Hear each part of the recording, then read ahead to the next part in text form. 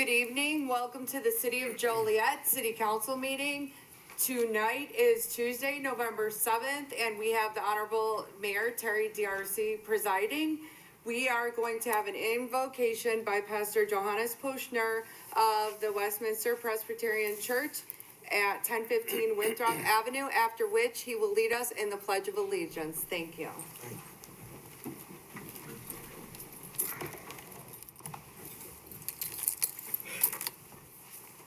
Wow, I'm not used to everybody standing when I pray. All right, I have here some prayer concerns, and so are there any, for former Councilwoman Rosalie D'Andrea and retired police officer Mike Riley, are there any other choice or concerns for prayer? Everything else is hunky-dory? Wonderful. Pray for this council, sir. I bet you guys can use it. Thank you. So I say without further ado, let's do it. And I'm sorry. One more question. Is it all right? I usually keep my prayers very tight and short, and I like to close them with the Lord's Prayer, which is actually ecumenical. Would that be a problem for anybody? No. No? Yeah. Then I say without further ado, let's do this. How about it? Let's pray. Oh, gracious Lord, we give thanks for the gift of life. We give thanks, O Lord, that you have given us to each other in community. We pray, O Lord, that you grant us leaders who yearn for peace and harmony, for truth, justice, and charity. And we ask, O Lord, that you watch over the soldiers in the field and bring them home safely and with clean hearts, and that you watch over our first responders, firefighters, policemen, and EMTs as they try to protect us. And we pray, O Lord, this evening that indeed you guide this group, citizens and council members, to find a way how to make this community of Joliet, Illinois, a more truthful representation of the kingdom of love that was taught to us by Jesus Christ, who taught us, Our Father, who art in heaven, hallowed be thy name. Thy kingdom come, thy will be done, on earth as it is in heaven. Give us this day our daily bread, and forgive us our debts, as we forgive our debtors trespass against us. And lead us not into temptation, but deliver us from evil. For thine is the kingdom, and the power, and the glory forever. Amen. All right. Let's join in the pledge. I pledge allegiance to the flag of The United States of America, and to the republic for which it stands, one nation, under God, indivisible, with liberty and justice for all. Thank you. Amen. Thank you. Amen. We'll begin with roll call. Mayor D'Arcy. Here. Councilman Cardenas. Here. Councilman Clement. Here. Councilman Guerrero. Here. Councilman Hug. Here. Councilwoman Ibarra. Here. Councilman Mudrin. Here. Councilwoman Quillman. Here. Councilwoman Reardon. Here. First on the agenda this evening is a proclamation proclaiming March 22nd as Cedar Sierra Sandy Sanchez Day. Can I make a quick introduction on this proclamation, please? This proclamation was brought to us by a good friend of ours, Joe Bellman. Joe Bellman is a retired Army Air Corps Staff Sergeant of the 305th Bomb Group Ball Turret Gunner. He's a decorated World War II veteran who completed 35 missions in a B-17 Flying Fortress, including the invasion of Germany, the Battle of Ardennes, and the Battle of the Bulge. I would like to thank Joe Bellman for his service to our country and our community, and I'd like to applaud him for bringing this to our attention. Thank you, Joe.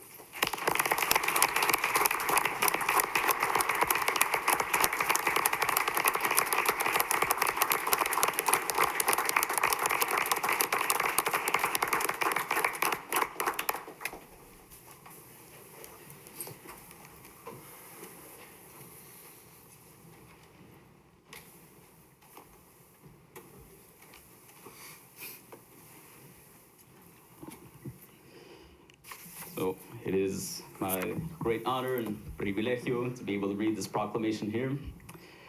Whereas Technical Sergeant Sader Sierra Sandy Sanchez, born on March 22nd, 1921, in Joliet, Illinois, endured immense personal hardships from a young age. Orphaned and later raised by his stepmother until her passing in 1943. And whereas through determination and resilience, Sader Sanchez became engaged in the Junior Reserve Officers Training Corps during his high school years, subsequently serving in the Civilian Conservation Corps, and on December 20th, 1939, enlisting in the United States Army, where he showcased an unwavering dedication to service. And whereas demonstrating bravery and skill, he pursued training as both an aircraft mechanic and aerial gunner, undertaking crucial roles from the maintenance of BT-13 airplanes at Merced Army Airfield to bravely defending his B-17 aircraft in the skies of Europe against numerous enemy fighters. And whereas his courage shone brightly on March 14th, 1943, when he valiantly stopped the runaway BT-13 aircraft, averting a potential catastrophe and safeguarding countless lives, an act of heroism that led to his receipt of the Soldier's Medal and a groundbreaking tribute to his valor, a Boeing B-17G-45BO Flying Fortress was christened as Smilin' Sandy Sanchez, marking the pioneer instance of bomber bore the name of an enlisted man. And whereas Technical Sergeant Sanchez's military tenure was adorned with commendations, including the Silver Star, Soldier's Medal, Distinguished Flying Cross, Purple Heart with 1 oak leaf cluster, and the Air Medal with 2 silver and 1 bronze oak leaf clusters. And whereas Sader Sanchez's dedication took him to the front line where he faced the brutalities of war, completing 66 combat missions, with his ultimate mission occurring on March 15th, 1945, a day that witnessed his tragic sacrifice as his B-17 was assailed. And whereas Sergeant Sanchez was a beacon of valor, sacrifice, and unwavering dedication, who left an indelible mark on our history and community. Now, therefore, I, Terry Darcy, Mayor of Joliet, Illinois, on behalf of the City of Joliet Council, do hereby proclaim March 22nd as Sader Sierra Sandy Sanchez Day, and urge all citizens to join me in remembering, honoring, and celebrating the exceptional life, service, and legacy of the Technical Sergeant Sader Sierra Sanchez. Signed, Terry Darcy.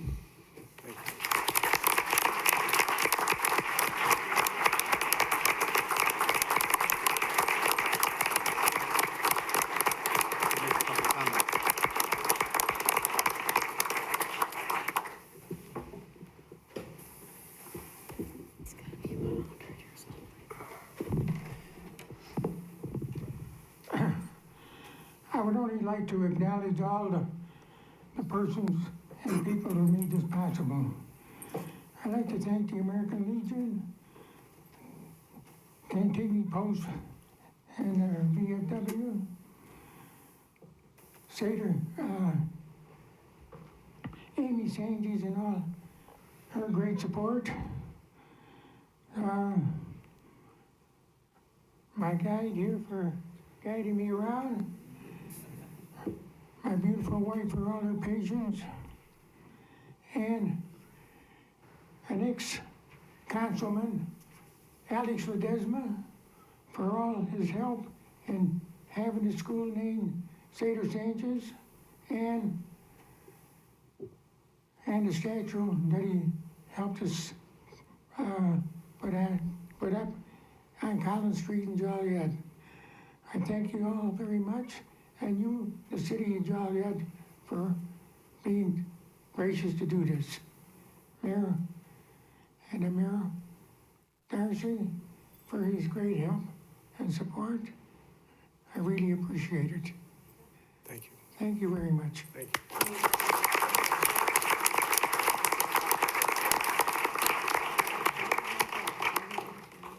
Amy, I'm sorry I didn't introduce you, but Amy is a relative of Sader Sanchez, and his family still lives in our community, and thank you for coming in tonight, Amy. Absolutely, thank you. I'm the proud great niece of Sader Sierra Sanchez, and on behalf of the family, we would like to thank the Mayor and Council for this recognition of an American hero.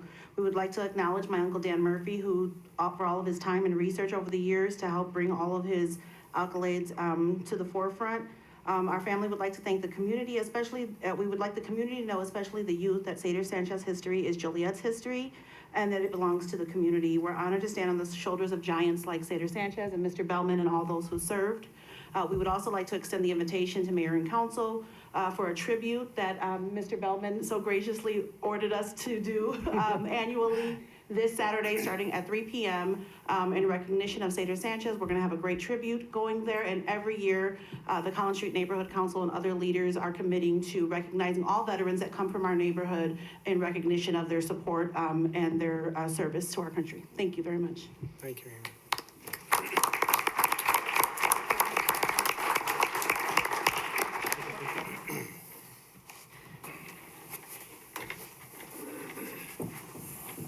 My brother Robert is here and also served in Afghanistan, and he'll be joining us. Thank you.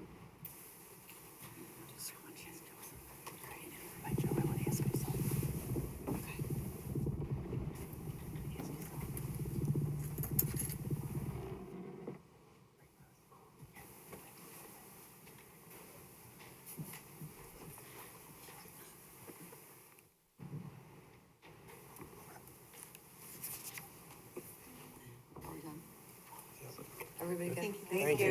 Thank you.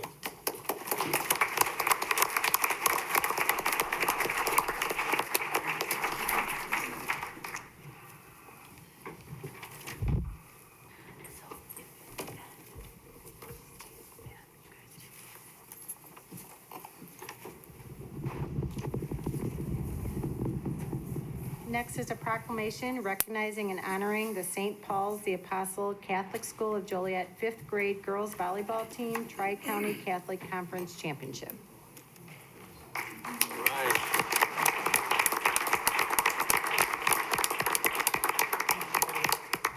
Somebody over here, somebody over here.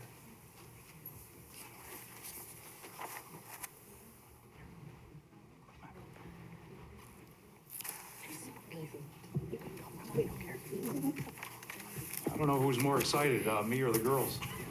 Oh, you. I gotta tell you, yeah, this is very exciting. When this all started, you know, a lot of these kids couldn't even hit the ball over the net.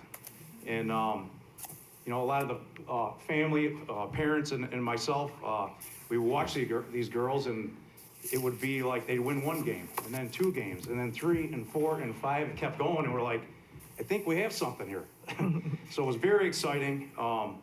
These girls went 12-0 in the regular season, and 15-0. You know, they won the tournament. You know, let me touch real quick on the tournament. These girls never gave up. That's a life lesson. You never give up.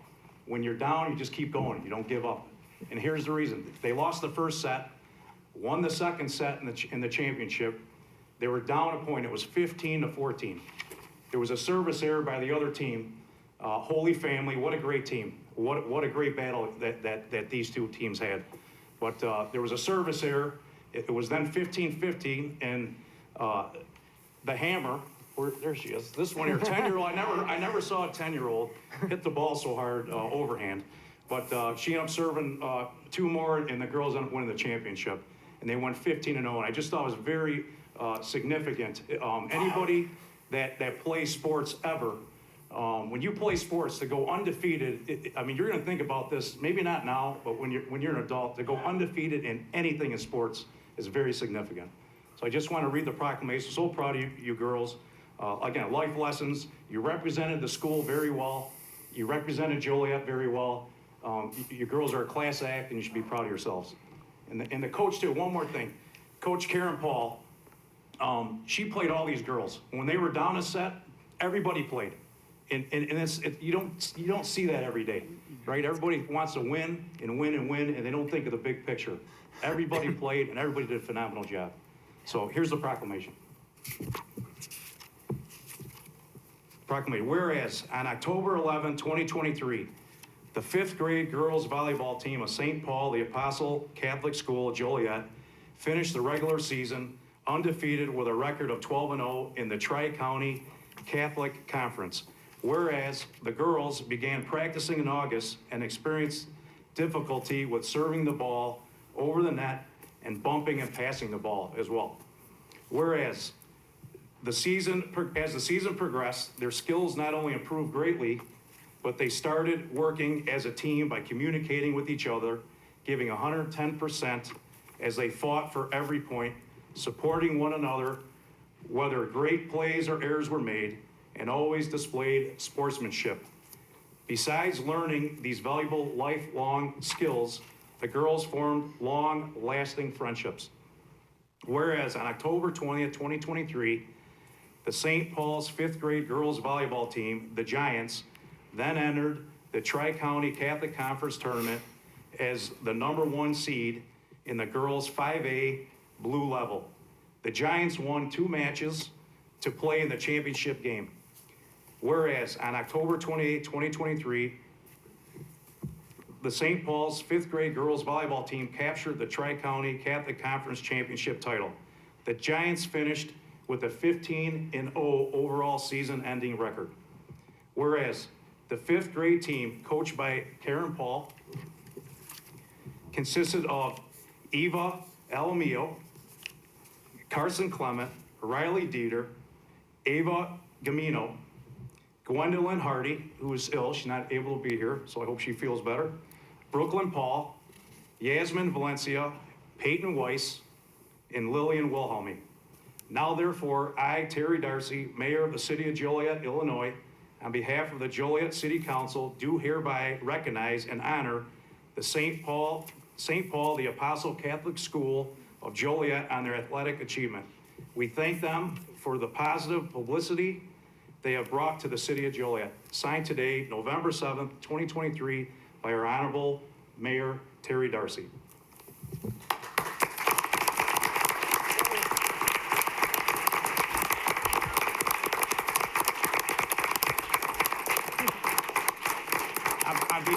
On behalf of the mayor and city council, we have challenge coins for each one of you girls, okay, and the coach.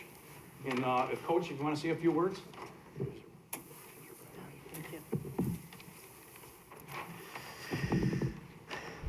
Good evening, Mayor Darcy, Councilman Clement, and all the members of the City Council.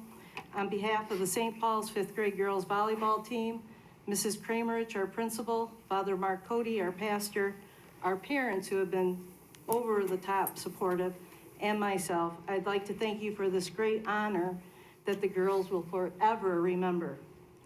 This was a phenomenal season. They worked extremely hard, fought for every single point, never gave up, persevered through some dark moments on the court, but they ended up winning, not just on the court, but also in the classroom. These girls remained eligible academically throughout the season. Great accomplishment. So again, thank you for recognizing our team who ended the season undefeated with a 15-0 record. Thank you so much.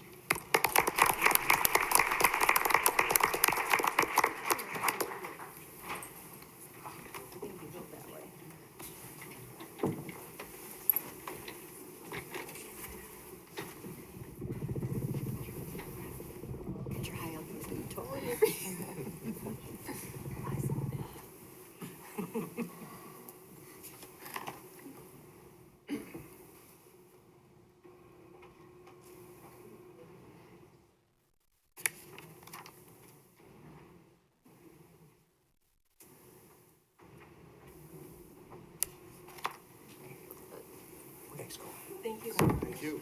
Congratulations.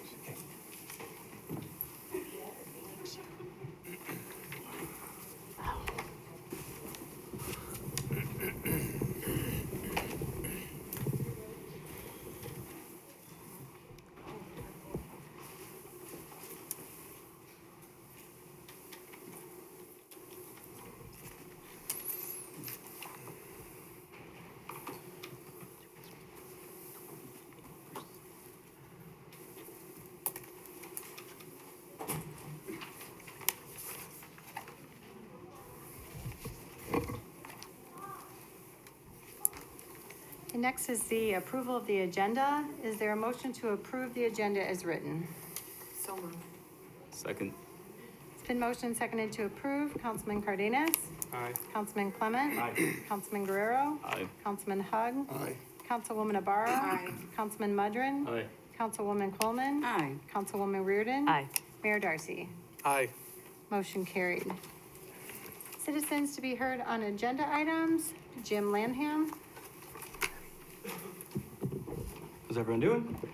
First item is the approval of the slammer sale. Obviously, that's a yes and a home run vote, so let's get that one done. And as a fellow professional baseball team owner, I'd like to welcome them to Joliet and also to the neighborhood I work in. So let's hope for big things from that. I think it's gonna be really exciting, especially with the celebrity angle. The second one is the liquor store approval. As you know, I've ran 3 campaigns before. I'm running one now. I've been around the city and the area twice, met everyone once, and I've never heard anyone say, hey, you know what my neighborhood needs? Another liquor store. So let's vote that one down. It's not needed. The residents certainly don't want it from what I've been talking to people, and you've all probably heard that too. So vote no on that liquor license. It's not needed in that area or really any more in Joliet. We don't need any more liquor stores. Thank you. Is there anyone else that would like to speak on an agenda item this evening other than the public hearing?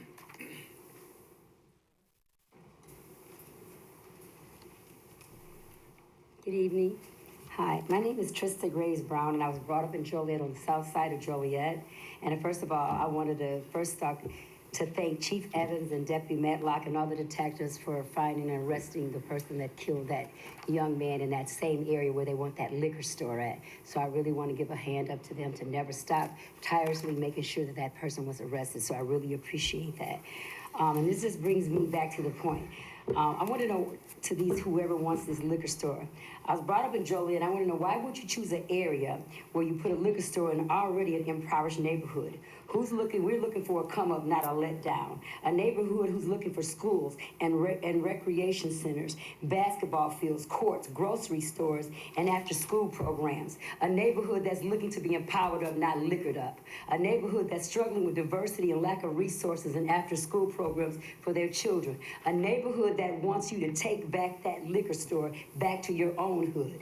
We say no to your poison and yes to being sober.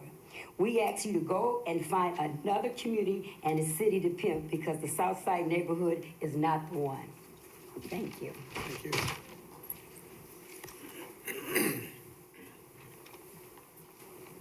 Evening, Mayor Darcy and members of the council. I'm Reverend Larry Ellis from St. Mark's Church, and I just came tonight to say that I'm also in opposition to having a liquor store right there in that community. But number one, there are 4 churches. There's Second Baptist, there's St. Mark's, there is Sacred Heart, and there is All Nation. All of those churches are within a quarter of a mile of this proposed license. And we have come a long way in that community. A long way. I mean, it was known for drugs and shootings and killings. But through the help of the Joliet Police Department and the Neighborhood Watch programs, we have turned around 100%. 100%. And the last thing we need there is a liquor store, because not only will it attract the bad elements in that community, but it will bring others there. We don't need any more people hanging out in those areas, because as you know, that would just breed more trouble. So I beg you not to issue this liquor license. Thank you. Thank you.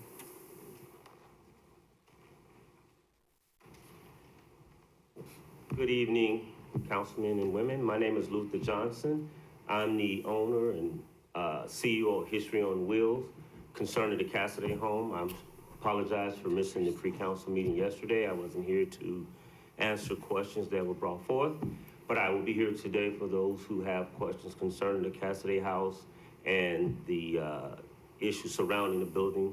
It's been sitting there now for 3 years, and we put forth a plan to turn that building into a African-American museum, the only African-American museum that would be in Will County, to celebrate what we just celebrated tonight, the history of soldiers and men and women who fought for this country of African American descent, that building will be used for that purpose. So if there's any questions, any concerns, I'll be here to answer them. Thank you for your time. Thank you. Good evening, ladies and gentlemen. My name is Janet Diaz. I'm also on the Will County Board. Many of you already know that. I am also in opposition of 58523. I don't think we need that liquor license issued. Please don't issue it. Please remember that there is a halfway house I think it's less than a mile. It used to be the old certified grocery food store. We don't need to encourage any more problems in that part of town. The people there are great. It's in a neighborhood. We do not need it. Please vote no. Thank you. Good evening, Mr. Mayor, Councilwomen, Councilmen. My name is Jerron Neighbors. I'm a community activist within that community. I'm here to speak out about the liquor license against it. There's a lot of things that their community needs, the South Side. It's impoverished and dealing with a lot of things. They need resources, community center, things of that nature there. But far as bringing the liquor store there, that's gonna just fuel more violence. It's gonna cause more health concerns because we know what alcohol does to people and the things that people will do to get alcohol. There's already no resources in that community. There's people that doesn't have money and things of that nature there. I speak to parents frequently. Their kids are already scared to go out and play in that area. So, I mean, there's absolutely zero positives, in my opinion, to put a liquor store there. Thank you. Thank you. Anyone else that would like to speak on an agenda item? Seeing none, we'll move on to council committee reports. Economic Development Committee report. All right, the Economic Development Committee met here at City Hall on, folks, on the 30th of October 2023 at 4:30 p.m. On the committee in attendance was myself, Councilman Mudrin, and Councilman Cardenas. We had 4 items that were reviewed, and first item we looked at was a resolution authorizing execution of a cost-sharing agreement with Centerpoint for Pace Bus Route 511. We spoke about that yesterday at the pre-council workshop. It's been ongoing for some years now. It's been increased to 2 routes, I believe now, and we did look at it, and we did send unanimously to this council a recommendation to approve again this year. The next item was a resolution authorizing execution of a lease agreement of Union Station at 50 West Jefferson Street with JBM Golf Properties LLC, otherwise known as Miss Wood Golf Club. We're all familiar with those. They're a good, strong business member of our community. They've had some success there now for several years, and moving forward, as we discussed yesterday, we did tweak the agreement. We will maintain the agreement for, I believe it's 2 more years under the old agreements, and then there will be the option for 2 more years at $5,000 a month. So again, the 3 of us did vet the lease, did ask our questions, and found it to be a continued positive for our downtown community, and unanimously recommended to this council that we approve this lease. Also on the agenda was an ordinance amending the development agreement for Klein's Building at 179 North Chicago Street and 224 West Cass Street. That essentially was just housekeeping. We have a developer, Mr. John Bays, who's part of the downtown TIF. The TIF had run out, and it was an oversight of the city at the time, some years back, that it didn't automatically extend his TIF agreement, didn't extend when the TIF itself was extended for additional 12 years. So we have to go through the formality, and we did so at a level of, instead of 100%, it was 90% participation in the TIF incentives for Bay's development. And again, the 3 of us unanimously voted to send this forward with a recommendation that this council approve that. And then we did discuss and looked at an ordinance establishing business interruption program in partnership with the City Center Partnership. We discussed that yesterday. That has to do with those folks that may experience business interruption or business problems with their business because of the massive downtown redevelopment that will be going on between Chicago Street and the downtown plaza and so forth. Now, understand that the reason this is focused on the downtown area is because, first of all, it's the Sunny Center Partnership, whose mission is downtown, and the funds come from the SSA and the TIF from the downtown. This is not a general fund supported proposal. This is supported by the dollars collected by the same individuals that do business in that area. And then this money goes back into that area. So again, we looked at it and we thought it was positive and encouraged them, you know, to help those that need help. We want to keep our businesses healthy. And starting out, I think, at $100,000 level, and willing to revisit it down the road, should there be enough need downtown that we run out of 100,000. It's a good idea. Myself and my wife, many years ago, not here downtown, but we experienced business interruption because of state projects, and there was no help back then. It would have been nice for all the businesses in the area that we did our business. So this is a great thing downtown, to keep downtown vital and to keep the businesses going. So again, the three of us vetted it and discussed it and unanimously sent it forward to the city council with our recommendation that we approve this program and support it moving forward for as long as it's needed. That's all we had on our agenda. Did I miss anything, Pat? Caesar. All right, with that, Mayor, that would be my report. Thank you. Mayor, I have a question. Councilman, are they working with the tenants that live in the condos? Because I know the whole Chicago street's gonna be tore up and there isn't gonna be any access to their home. Are they gonna be able to go through these alleys? Are they gonna clean up the alleys? Is there a plan for that? We did not discuss that. I'm not sure that would have come up with the Economic Development Committee. That'd be more maybe a public service question. Because I know it's a concern and I just wanted to put it out there now so we can. Greg, can you have somebody from staff kind of look at this concern and maybe we can visit that on our next Public Service Committee? Yeah, the intent is to keep access to all buildings. Now, it may not be the access they're used to, but you can see right now on Chicago Street, some of the vaulted walk work going just north of Jefferson on the east side of the street where the vaults are torn up, but there's, you know, we'll call them tiny or small bridges going to the entrances of those buildings. So the intent is to keep access to all buildings at all times, but it will be under construction. Sure, and then, for people that wanna go shopping or wanna go to the restaurants, will it be good signage so they'll know where to go to be safe? Yes, well, we'll work with, you know, there will be good pedestrian traffic control, so to speak. And, Just wanna plan ahead. The areas under construction off limits, yeah, we're looking at all those. Because I'm getting all these questions, I'm like, I don't know yet, so I thought I'd bring it up. Still developing all those, traffic control plans. Okay, great, thank you so much. And Mayor, one thing, Greg, and if you could, you may have already considered this and maybe doing it, probably work very closely with the CCP on this, who have a great relationship with the businesses. So, you know, we can get feedback immediately to address the concerns that the councilwoman has, which are valid concerns about accessibility and the knowledge of where to go and you know, how to get to the business during the construction period. Yeah, we've been coordinating with the CCP on Okay, the good. stuff that's already going on down there, and we'll continue to do so. All right, thank you. Thank you, Councilwoman. Thank you, Mayor. Next is Diversity and Community Relations Committee report. The Diversity and Community Relations Committee met earlier today here in the council chambers at 4:30. I had a brief meeting, just a few agenda items, which would be the subrecipients of our CDBG for program year 2023, which would be our fiscal year 2024. And so we reviewed three different applications. Among those would be CASA, who is looking to work under their public service and hiring additional staff. We had building improvements for the Will Grundy Medical Clinic, improvements to their HVAC services, and for Catholic Charities, Diocese of Joliet, who is looking to add an additional upgrades to their facility as well for their men's housing unit. So quickly looked over those and recommended them all to the full council with the committee's recommendation for approval.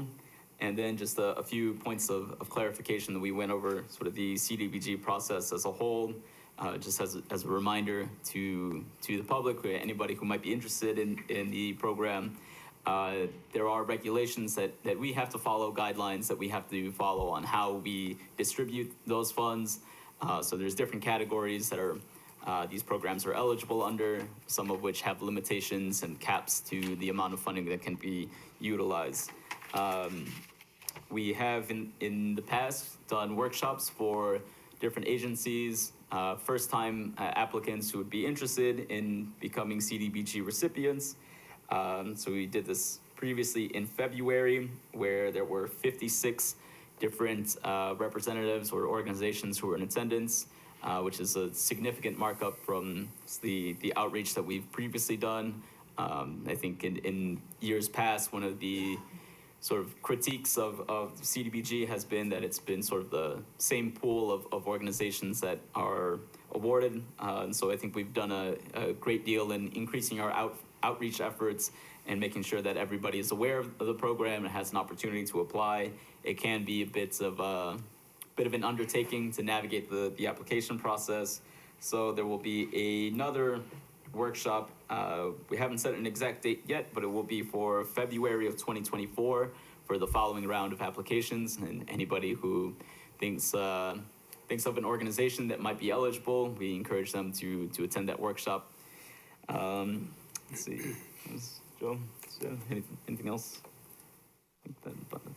Just one thing, I think moving forward, Councilman Clement had some comments about how we can allocate some of it for sidewalks, if he wants to talk about that. Yeah, just briefly, this is a significant amount of money that comes from the federal government, just shy of $900,000 that's dispersed, and areas in the city, I think, needs some help, and we would like to put, a recommendation to the council. We're all going to vote on it, but we would like to see some of these funds, just a small portion, go to sidewalks on the east side or near west side, whatever falls into that category. That's basically all we touched upon, and that we could probably talk about, moving forward for next year.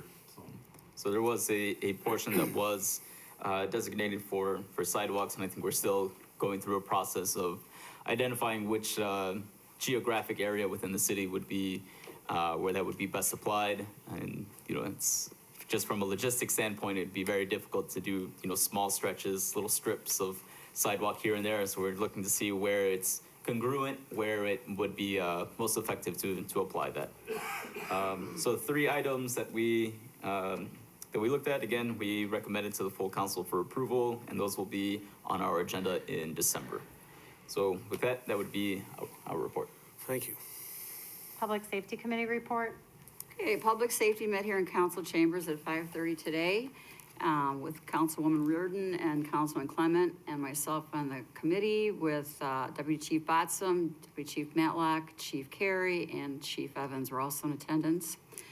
We discussed the award of the contract for the Accident Enterprises, and they want us to do a 10-year contract, which over the 10 years, it will save us $3,375,000, and that's equal to 23 months of a 10-year contract that we wouldn't have to pay. And they're upgrading all the body cameras and the squad cameras from 3 to 4, and they do all these phenomenal things. They go on automatically.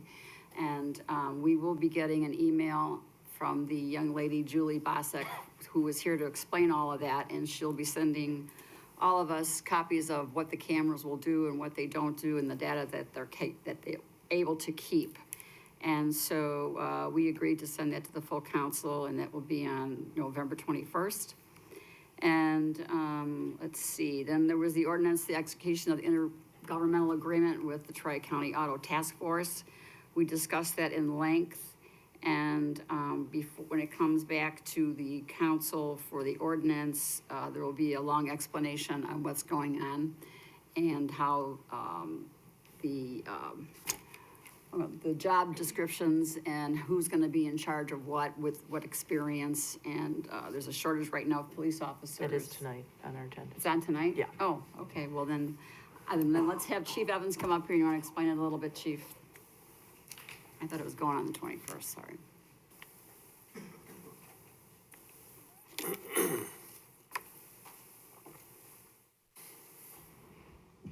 Good evening, Council. Bill Evans, Chief of Police, Joliet.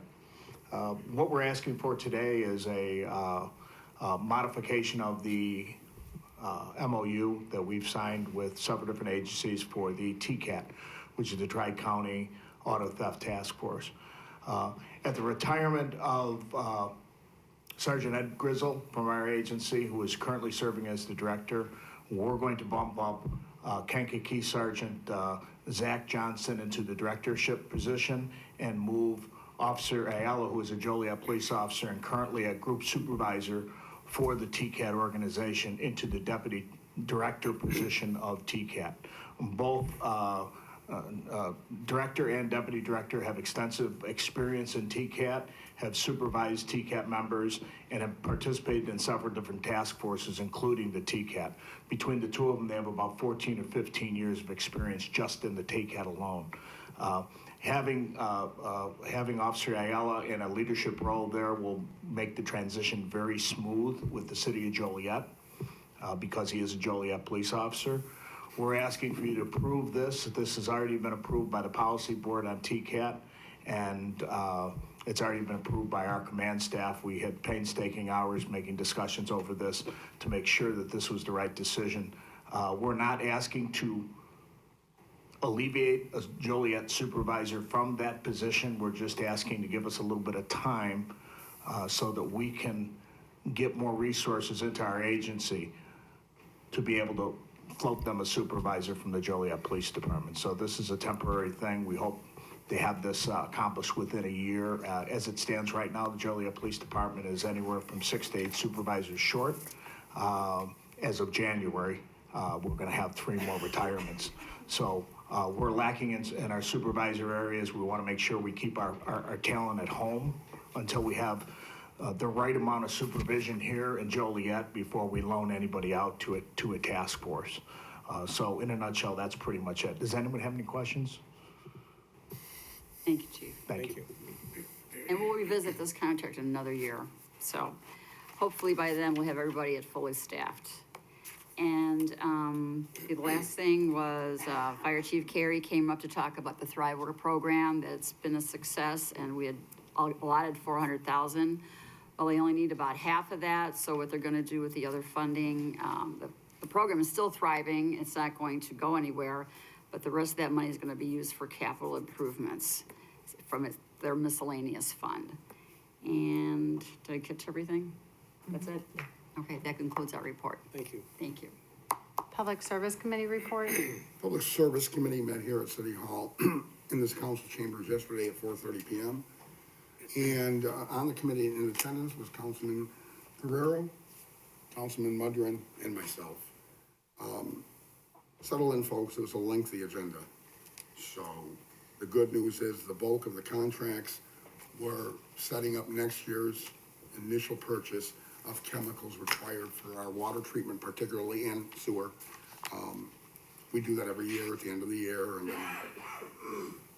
we use those chemicals until we need to order more. So, I mean, we looked at the bidding on contracts to purchase such things as sodium hypochlorite, sodium bisulfite. I can give you a list. We did find all 7 of those particular bidded contracts for purchase to be completely in order. The good news was many of them, the prices came down a little bit, not enough to throw a party, but enough to acknowledge they didn't continue to go up as they have for the last 3 years. Same thing with the salt contract that we were working through this, the state supplier. Same thing, it went down a little bit. Again, not enough to get excited, but enough to look at and say, thank God it's not going up anymore. So we looked at all those and were unanimously in agreement to send them forward that, with the city council recommendation to approve. Under contracts, one contract we looked at was for the Victory Center Gymnasium at 25 North Broadway Street, the old Joliet Catholic Gym. We looked at a contract for asbestos removal and abatement for $315,840 to the low bidder, which was universal asbestos removal. And I do know that some people have been asking, if you're going to tear it down, which we are, we're going to demolish it, why spend the money? It's not a choice. We have to abate it. Whether we wanted to remodel it, which it's beyond hope, or demolish it, we are required to abate and remove the asbestos for safety reasons. So that's why we have to spend that amount of money in preparation to actually demolishing the building. We also had an award of professional services contract for pavement analysis and condition classification to Cyclomedia Technology Incorporated in the amount of $83,683. Cyclomedia has been working with the city for a couple of years, putting together our road mapping, digital road mapping.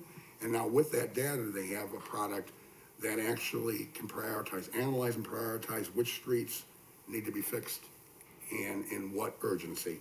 So using them to do that reduces the cost greatly, because to go to a different company to try to do that would mean they'd have to either probably purchase the data that was collected on our streets over the last couple of years or redo all that themselves. So we did look at that and realized it was a cost savings and a very, very objective way to get street resurfacing and street repairs done. So that's kind of a move into the 21st century.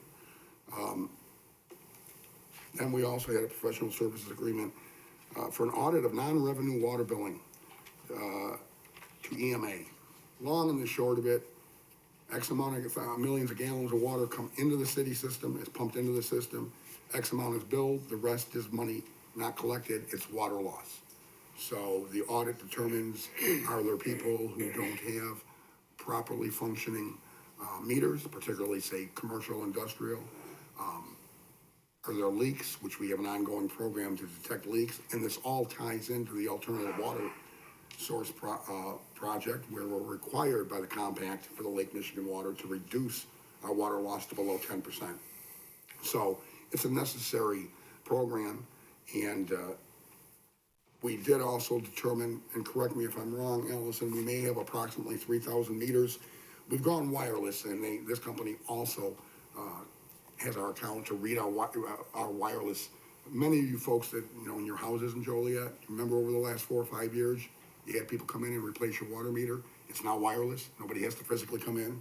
We have 50,000 or better of those, of which right now 3,000 are either not working or oftentimes working intermittently, which leads to estimated bills and such, and the water department is on top of that in identifying with our consultant where these meters are and getting them replaced. Did I say that correctly, Allison?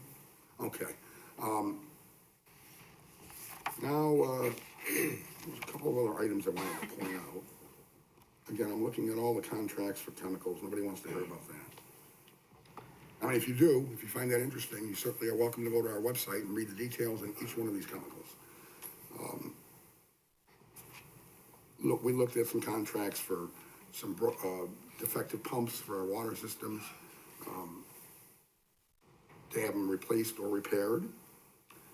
We looked at a contract for the safety consulting of our water and sewer department, which we started several years ago, and it reduces injuries and therefore cost to both the workers and the city to have a safety program. And I'm sure there's other people up here that would agree, it's a positive on our insurance premium, correct?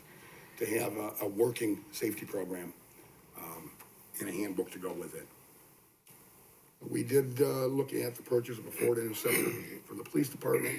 Some time back, we had put in a request, an order for, I think it was 13 Ford Interceptors, that as soon as we put in, Ford Motor Company promptly canceled and said we could resubmit. Long story short, we got a number of them from other dealers outside of the area. I think one was in Indiana. We still have several more we wanted to get. This one became available through a local vendor, Ron Terapelli. So we looked at all of these. One other thing, we also looked at a contract to demolish the Fairmont Water Tower. Just for those that don't understand, the Fairmont community, unincorporated, are now paying customers for the city of Joliet water. They were put into our system several years ago, and it is now at the point where they're completely in our system, and we could either have incorporated the water tower into our system, or we can demolish it. It leaks. It's substandard to what our standards are as far as elevations and all. In other words, it's not compatible with our system, so we're simply going to demolish it. Again, the folks that live in that community are paying customers of Joliet's water department. And I think I covered all the contracts. We looked at all these contracts, we vetted them, we talked about them, and we sent on a unanimous recommendation to this council from the committee to approve them. We looked at a number of change orders and pay estimates on current projects. Again, we vetted those, discussed them, and unanimously voted to send them to this council for with recommendation to approve. And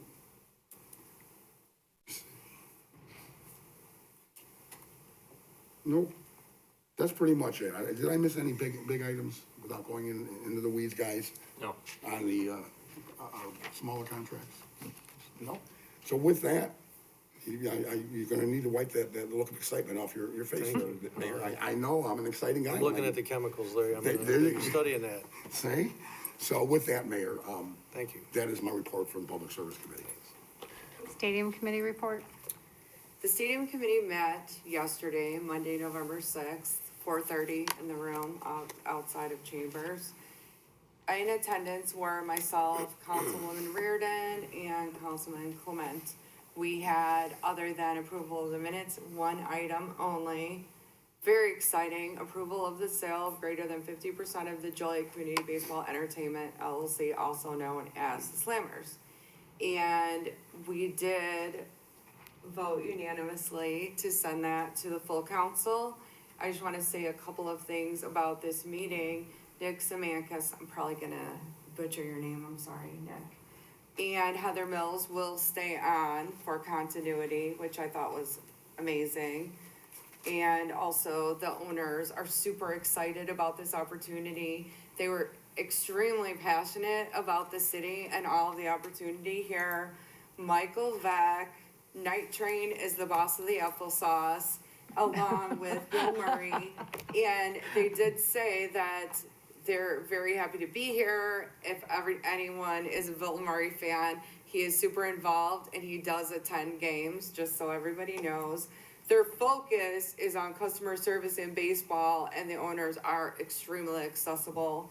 And the most important thing about this is that Nick definitely discussed with us that there were some things they did great and some things they didn't do so great, that this addition of the new owners are just gonna take it to the next level with a marketing plan, and you know, the focus being on customer service at the ballpark.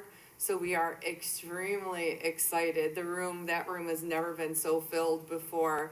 We had baseball fans and looky-loos, and all of these owners are very, very passionate about the game. So we are excited about this opportunity. We sent it to the full council. We'll be voting on it tonight. Councilman Clement, do you have anything to add? Councilwoman? I just want to say that was definitely the most fun I've ever had in that room. Yeah, that is true. That is true. And that concludes my report. Thank you. Yours is still good, Larry.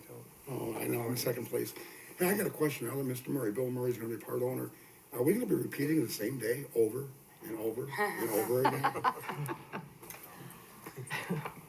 I show no other reports. Before we move to consent agenda, I did receive a request for closed session. Is there a motion to enter closed session to discuss personnel, after which the meeting will reconvene?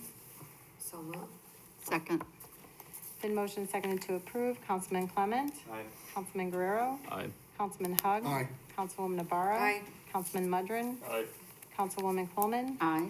Councilwoman Reardon? Aye. Councilman Cardenas? Aye. Mayor Darcy? Aye. Motion carried.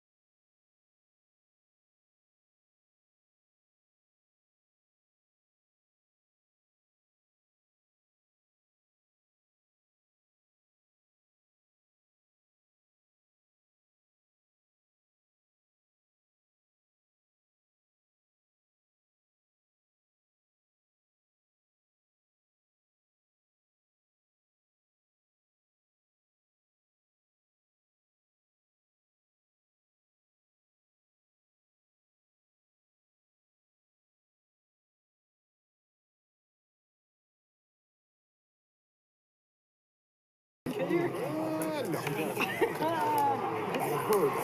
He's downstairs watching.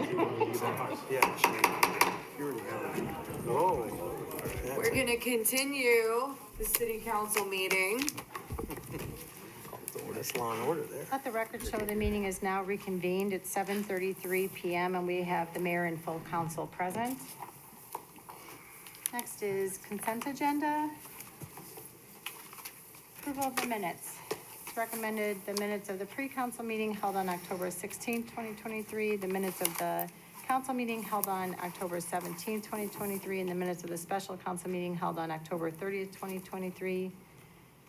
It's recommended they stand approved as recorded. Invoices to be paid. It's recommended this report be approved. Council Memo 554-23, award of contract for the lead and asbestos removal at the Victory Center Gymnasium, 25 North Broadway Street, Joliet, to Universal Asbestos Removal in an amount not to exceed $315,840.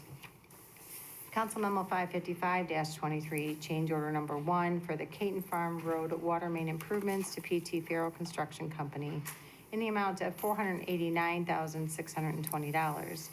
Council Memo 556-23, change order number 1 for the 2023 pavement marking program to Superior Road Striping in the amount of $7,570.15, and payment request number 3 and final on the amount of $49,160.18. Council Memo 557-23, change order number 1 for the Olympic Boulevard's improvement to deconstruction in the amount of $887,079.44. Council Memo 558-23, change order number 2 for the 2023 sidewalk curb replacement project, contract A to Davis Construction Company in the amount of $14,316.60. Council Memo 559-23, change order number 4 for the sidewalk vault improvements, 16 West Van Buren and 79 North Chicago to Lindblad Construction in the amount of $113,718.50. It's recommended Council Memos 554-23 through 559-23 be approved. So Is there a moved. motion to approve all said consent agenda items? So moved. Second. Been motion seconded to approve. Councilman Guerrero. Aye. Councilman Hug. Aye. Councilwoman Navarro. Aye. Councilman Mudrin. Aye. Councilwoman Quillman. Aye. Councilwoman Reardon. Aye. Councilman Cardenas. Aye. Councilman Clement. Aye. Mayor Darcy. Aye. Motion carried. Next is Council Memo 561-23, award of contract to AVDG for City Council Chambers Audiovisual Upgrade Project in the amount of $304,158.28. It's recommended this item be tabled to the November 21st council meeting. Is there a Motion to table. Second. It's been motioned and seconded to table Council Memo 561-23 to the November 21st council meeting. Councilman Hug. Aye. Councilwoman Ibarra. Aye. Councilman Mudrin. Aye. Councilwoman Quillman. Aye. Councilwoman Reardon. Aye. Councilman Cardenas. Aye. Councilman Clement. Aye. Councilman Guerrero. Aye. Mayor Darcy. Aye. Motion carried. Council Memo 561-23 is tabled to November 21st. Next is Council Memo 562-23, approval of the sale of greater than 50% of the Joliet Community Baseball and Entertainment LLC Slammers. It's recommended this item be approved. So moved. Second. It's been motioned and seconded to approve. Councilwoman Ibarra. Aye. Councilman Mudrin. Aye. Councilwoman Coleman. Aye. Yay. Councilwoman Reardon. Aye. Councilman Cardenas. Aye. Councilman Clement. Aye. Councilman Guerrero. Aye. Councilman Hug. Aye. Mayor Darcy. Aye. Motion carried. Go Slammers. I'll be on. back. Moving on under licenses and permit applications, Council Memo 564-23, issuance of a Class D liquor license at 3231 Norman Avenue, Best Western Plus. It's recommended the Class D liquor license be approved for Best Western Plus at 3231 Norman Avenue. Is there a Quick motion to question. approve? Sure. Just to clarify, just to make sure, Ron, this is solely, for the sale and consumption within the confines of that hotel to their customers, to their clients. That's my understanding. Kevin, is that correct? Yes, that's correct. Okay, so nobody can walk off the street and buy in, okay. Thank you. Is there a motion to approve? Motion approved. Second. Been motion and seconded to approve. Councilman Mudrin. Aye. Councilwoman Quillman. Aye. Councilwoman Reardon. Aye. Councilman Cardenas. Aye. Councilman Clement. Aye. Councilman Guerrero. Aye. Councilman Hug. Aye. Councilwoman Navarro. Aye. Mayor Darcy. Aye. Motion carried. Council Memo 565-23, a resolution to deny issuance of a Class C liquor license at 422 South Chicago Street, Osho's Wine and Spirits. It's recommended a resolution be adopted denying the issuance of the Class C liquor license for Osho's Wine and Spirits located at 422 South Chicago Street. Is there a motion to approve a resolution denying the issuance of the Class C liquor license? So moved. Second. Been motion seconded to approve. Councilwoman Coleman. Absolutely aye. The neighbors don't want it and we don't want it. I'll vote aye to deny. Councilwoman Reardon. Aye. Councilman Cardenas. Aye. Councilman Clement. Aye. Councilman Guerrero. Aye. Councilman Hug. Aye. Councilwoman Navarro. Aye. Councilman Mudrin. Aye. Mayor Darcy. Aye. Motion carried. The issuance was denied.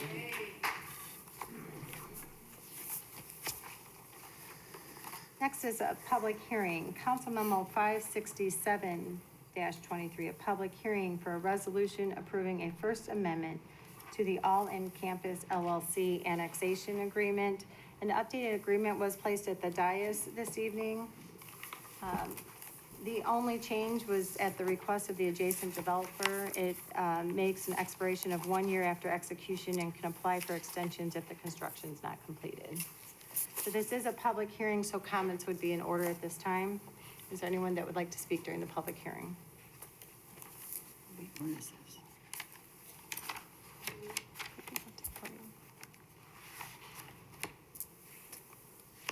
Hello, my name is Kathleen West, and I'm the attorney representing Kane's Premier Logistics and All in Campus LLC, and we are the ones proposing this First Amendment to the annexation agreement. I'm here to answer any questions if you have any. Anybody have any questions? I don't have a copy of this annexation you're talking about. Yeah, well, Oh, yeah. Is there anyone else that would like to speak under the public hearing? Seeing none, let the record show the hearing is now closed. Is there a motion to approve a resolution approving a First Amendment to the All-In Campus LLC annexation agreement? So moved. Second. And motion seconded to approve. Councilwoman Reardon. Aye. Councilman Cardenas. Aye. Councilman Clement. Aye. Councilman Guerrero. Aye. Councilman Hug. Aye. Councilwoman Navarro. Aye. Councilman Mudrin. Aye. Councilwoman Quillman. Still reading. I didn't get this, so.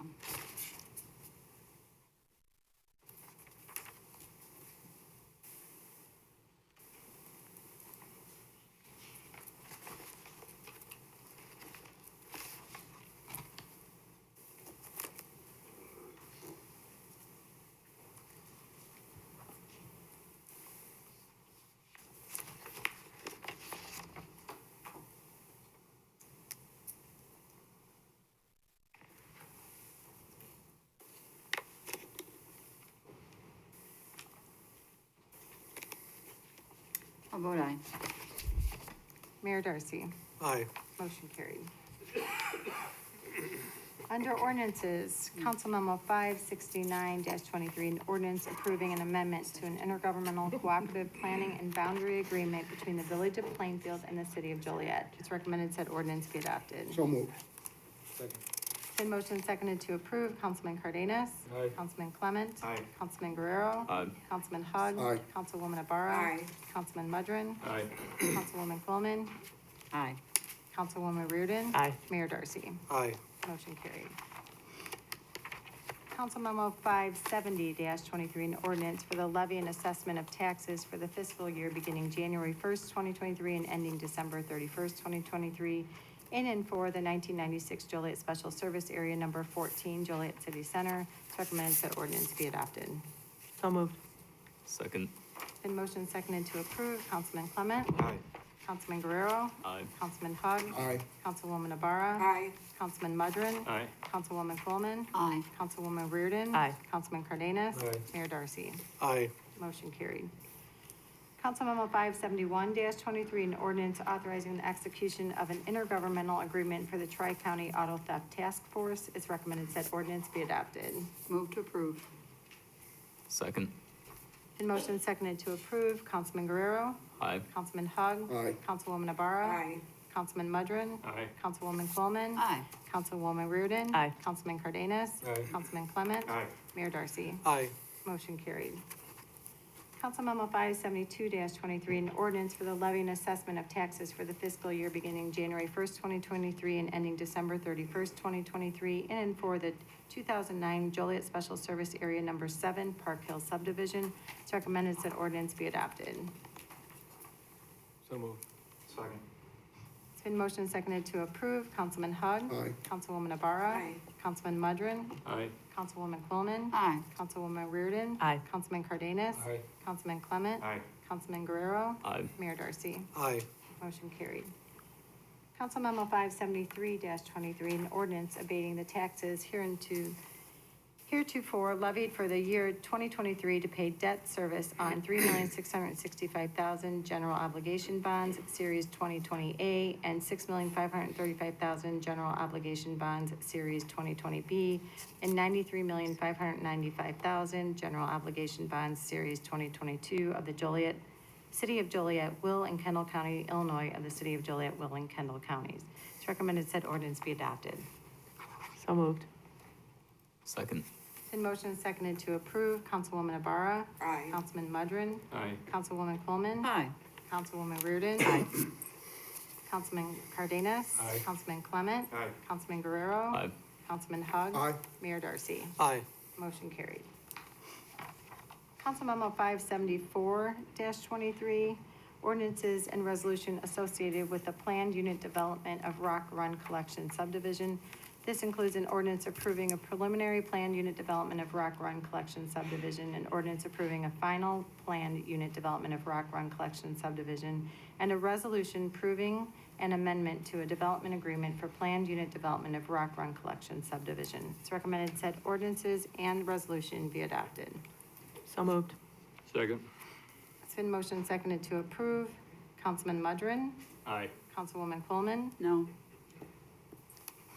Councilwoman Reardon. Aye. Councilman Cardenas. Aye. Councilman Clement. Aye. Councilman Guerrero. Aye. Councilman Hug. Aye. Councilwoman Ibarra. Aye. Mayor Darcy. Aye. Motion carried 8-1. Council Memo 575-23, an ordinance creating Chapter 21, Article 1, Section 21-2.1 of the City of Joliet Code of Ordinances, creating prohibition on fighting. It's recommended said ordinance be adopted. Motion to approve. Second. It's been motioned and seconded to approve. Councilwoman Coleman. Aye. Councilwoman Reardon. Aye. Councilman Cardenas. Aye. Councilman Clement. Aye. Councilman Guerrero. Aye. Councilman Hug. Aye. Councilwoman Ibarra. Aye. Councilman Mudrin. Aye. Mayor Darcy. Aye. Motion carried. Next is Council Memo 576-23, an ordinance amending Chapter 19, Article 4, Section 19-266, offenses subjecting a vehicle to impoundment ordinance of the City of Joliet Code of Ordinances, adding authority to tow vehicles for no insurance. It's recommended that ordinance be adopted. So moved. Second. It's been motioned and seconded to approve. Councilwoman Reardon. Aye. Councilman Cardenas. Aye. Councilman Clement. Aye.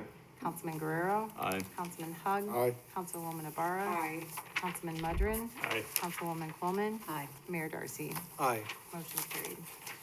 Council Memo 577-23, an ordinance amending the 2023 annual budget for the City Council Chambers Upgrade Project. It's recommended this item be tabled to the November 21st council meeting. So moved. Second. It's been motioned and seconded. Councilman Cardenas. Aye. Councilman Clement. Aye. Councilman Guerrero. Aye. Councilman Hug. Aye. Councilwoman Ibarra. Aye. Councilman Mudrin. Aye. Councilwoman Coleman. Aye. Councilwoman Reardon. Aye. Mayor Darcy. Aye. Motion carried. Council Memo 577-23 is tabled to the November 21st council meeting. Next is Council Memo 578-23, an ordinance amending number 1 development agreement for Klein's Building at 179 North Chicago Street and 224 West Cass Street. It's recommended said ordinance be adopted. Motion approved. Second. It's been motioned and seconded to approve. Councilman Clement? Aye. Councilman Guerrero? Aye. Councilman Hug? Yes. Councilwoman Ibarra? Aye. Councilman Mudrin? Aye. Councilwoman Quillman? Aye. Councilwoman Reardon? Aye. Councilman Cardenas? Aye. Mayor Darcy? Aye. Motion carried. Council Memo 579-23, an ordinance establishing business interruption program in collaboration with the City Center Partnership. It's recommended said ordinance be adopted. So moved. Second. It's been motioned and seconded to approve. Councilman Guerrero? Aye. Councilman Hug? Aye. Councilwoman Ibarra? Aye. Councilman Mudrin? Aye. Councilwoman Quillman? Aye. Councilwoman Reardon? Aye. Councilman Cardenas? Aye. Councilman Clement? Aye. Mayor Darcy? Aye. Motion carried. Council Memo 580-23, an ordinance authorizing execution of an employment agreement with Helen Elizabeth Beatty. It's recommended said ordinance be adopted. So moved. Second. It's been motioned and seconded to approve. Just want to note the updated contract was placed at your seat on the dais, and the update included an amended language which doesn't change the substance of the contract. We do have extra copies if anyone in the audience would want one. So it was motion seconded to approve. Councilman Hug? Briefly feel compelled to make comments. This is a big decision we need to make, and it's an important decision we need to make. In the future, the city rides with the partnership formed between any city manager and the sitting council. I did want to clarify, I got a lot of calls and such. I personally, as a member of the council, did have some objections and discomfort with some items within the contract. However, I have to tell people that we did have a very, very amicable discussion, lengthy discussion, and the consensus majority felt this was an appropriate contract, including the salary and so forth, with some disagreement. With that said, the only question left for me is Ms. Beatty qualified, and can I support her? And I can assure you that she did, in fact, interview very well. I was impressed. And she also was obviously the most qualified candidate brought forward by Korn Ferry, which was the consultant this council hired to do the search. So with that said, with noting my objections to some things within the contract, I look forward to working with Ms. Beatty, and I'm confident that we can continue to move the city forward and regain the momentum that we have for a number of years, so that we have a bright future. So I'll vote aye. Councilwoman Ibarra? Aye. Councilman Mudrin? Aye. Councilwoman Quillman? Ready to get back on track, I vote aye. Councilwoman Reardon? Aye. Councilman Cardenas? Aye. Councilman Clement? Aye. Councilman Guerrero? Aye. Mayor Darcy? Aye. Motion carried. I'd like to make a quick comment. We all feel unanimously that this is the right forward motion for the city. We think Beth Beatty is a really great candidate for us. And I talked to her today, but unfortunately she was stricken with pneumonia as of today, so she couldn't come down to enjoy this opportunity to start with us today. Her start date looks like it will be December 11th. I was just told that. So that's where we're at on that, and we want to thank everyone for all the hard work to do this. Moving on under resolutions. Mayor, can I have a question? I think we might all agree. Once she heals, we all pray that she heals quickly, you know. Can she be invited down at her convenience to one of our meetings before she starts to be introduced? Yeah. Not only to us, we have met her, to the city of Joliet. Yeah. Thank you. Next is Council Memo 582-23, supplemental resolution appropriating motor fuel tax funds for the 2023 pavement marking program. It's recommended said resolution be adopted. So moved. Second. It's been motioned and seconded to approve. Councilwoman Ibarra? Aye. Councilman Mudrin? Aye. Councilwoman Coleman? Aye. Councilwoman Reardon? Aye. Councilman Cardenas? Aye. Councilman Clement? Aye. Councilman Guerrero? Aye. Councilman Hug? Aye. Mayor Darcy? Aye. Motion carried. Council Memo 583-23, a resolution approving a grant to the Will County Metropolitan Exposition and Auditorium Authority, Rialto Square Theater. It's recommended said resolution be adopted. So moved. Second. Been motion and seconded to approve. Councilman Mudrin? Aye. Councilwoman Quillman? Aye. Councilwoman Reardon? Aye. Councilman Cardenas? Aye. Councilman Clement? Aye. Councilman Guerrero? Aye. Councilman Hug? Is everybody sitting down? Please, I don't want anybody fainting. I want to thank Kevin Singh for acknowledging what I've been asking for a number of years and making it something to preserve that building for capital improvements only and not operations. Thank you, Kevin, for getting that done and turning it into a grant. Here we go. Aye. Wait, is hell freezing over? Councilwoman Navarro. Aye. Mayor Darcy. Aye. Motion carried. Council Memo 584-23, a resolution terminating a lease agreement with the Will County Historical Society for the lots at 575 East Jackson Street. It's recommended said resolution be adopted. Mayor, since 584 and 585 are obviously connected, can we have come forward and answer any questions from the council? Yeah, please.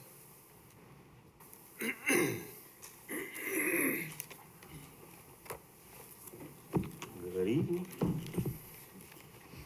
Luther Johnson. Someone had questions concerning?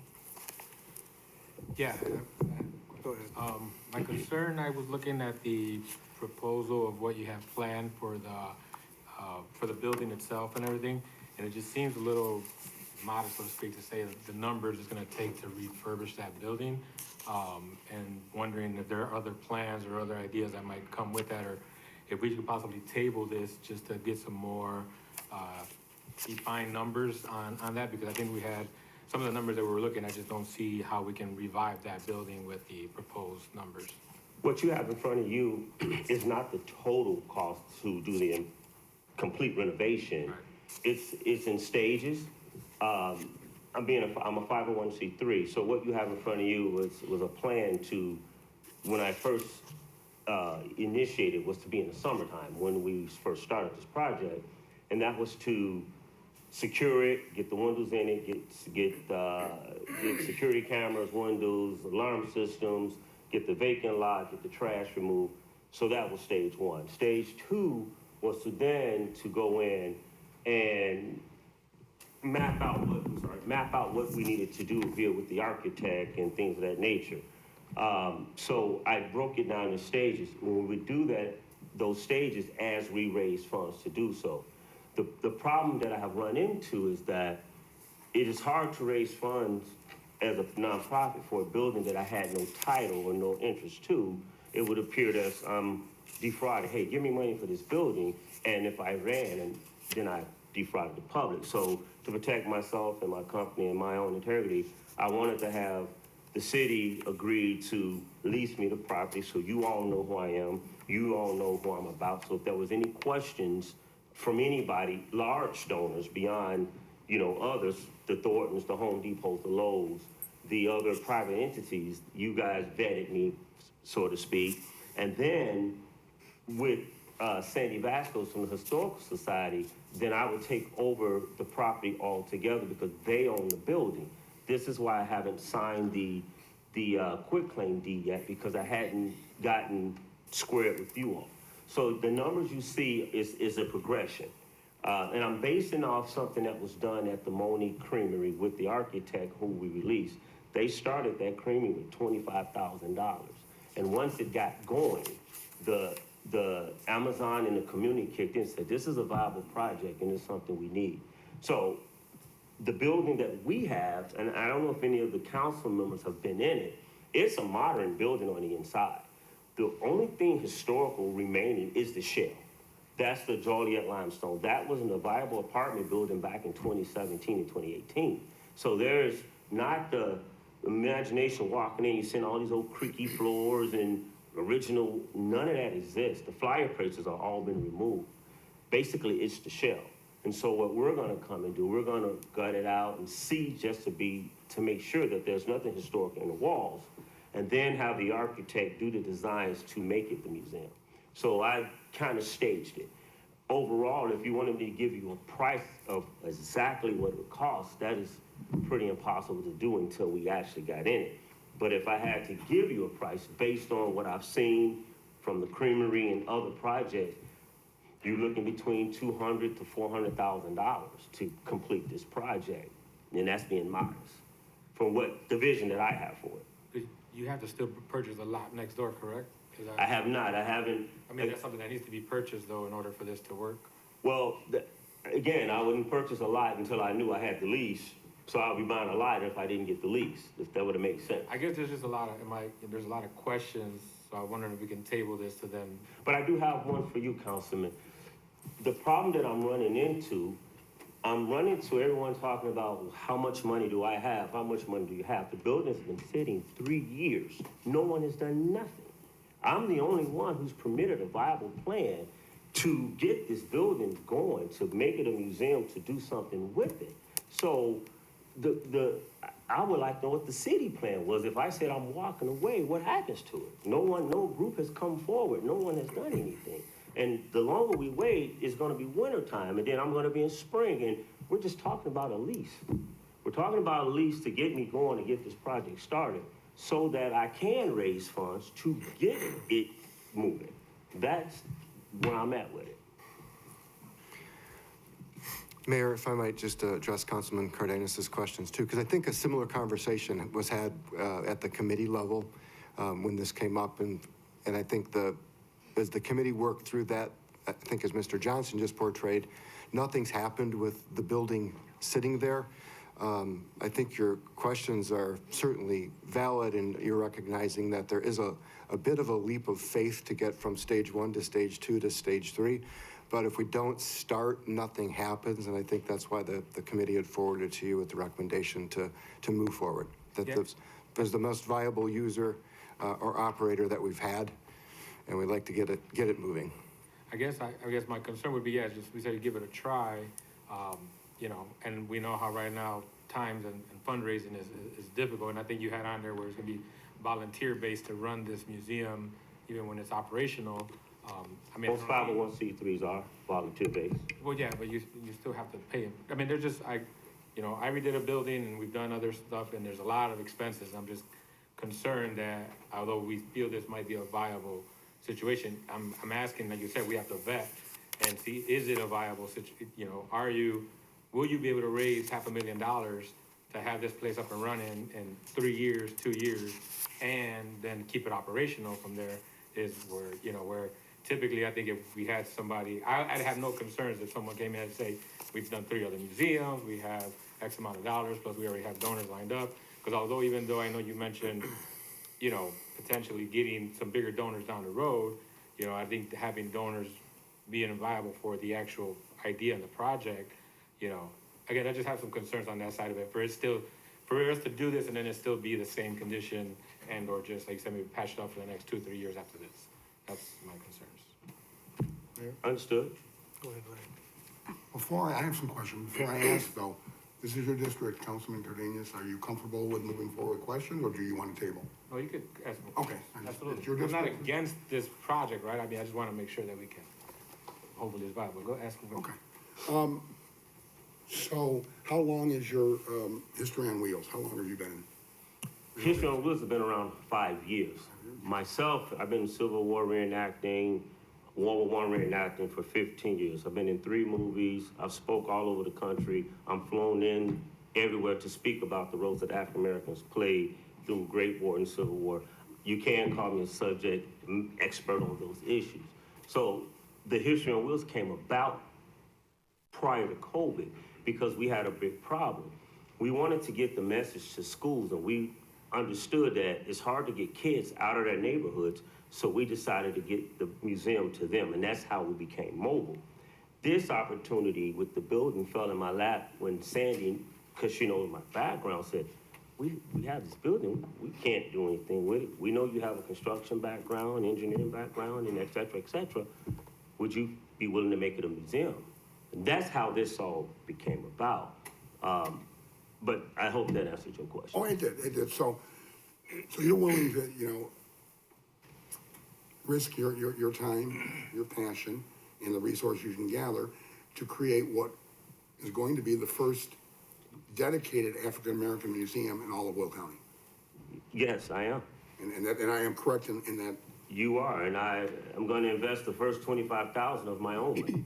If I don't put my own skin in the game, how can I ask somebody else? And if it, to the point, you know, I'm still behind this post here, to the point that I told my wife, if no one joins, then we'll put a mortgage on a house. It'll get done if I have to do it myself. But I don't think I have to. I have all you fine men and women in here that won't let me fail. So I just don't feel that it would get to that point. I believe it's too much riding on the history, and you all witnessed it tonight when that man, I almost teared up when they read his bio. Not only, and I don't know his actual nationality, but I can promise you there are African Americans out there that have that same story that is not being told, that is hidden in attics somewhere, and we're gonna find those people and we're gonna bring them to the museum. I almost teared up when I seen what he did. And that same story is among African American people, and those stories are not told. They're scattered all over Joliet, and we wanna bring them in one location. That building is just the tip of an iceberg. It's just a tip. My vision is for economic development on the east side of Joliet. I not only want a museum, I want a restaurant, a viable restaurant. I want a hotel chain to come in, because when they visit the museum, they're gonna get hungry. When they eat, they're gonna wanna sleep. They're gonna have to go to a hotel. I wanna have the College Street Coalition. All these people come together. My wife has a passion for children. We want a community garden where people can get free food. It is the tip. So I don't want to just stop at the building. And to your point, you have to do the due diligence. But if we don't start, we'll be chasing a lease and from schematics for a long time. And if I fail, to your point, what have the city lost? You have a building sitting there that's doing that now anyway. Mayor. Councilman Cardenas, I appreciate your comments, but to what Mr. Luke just said, if we do nothing, it's just gonna sit there and deteriorate. We should at least give him a chance. I mean, there's no loss there. And we talked about this at length at land use and legislative. And, you know, people don't even know who the Muskogee Airmen were or the Buffalo Soldiers. I mean, I can go on, and we talked about all that. And, you know, this is an important piece of history. And like you said, it would be the first African-American museum in all of Will County, so people will come. So we always thought, well, let's go to council, give them a chance. I mean, we have nothing to lose. Otherwise, the building's gonna sit there and it's gonna be of no use to anyone. And I'm not gonna cut the grass no more either. So I just wanna reiterate that was our thinking. We talked about it at length. And so the nuts and bolts, and I do appreciate your passion. I really do. I like it. We don't have any liability that I'm not seeing, do we?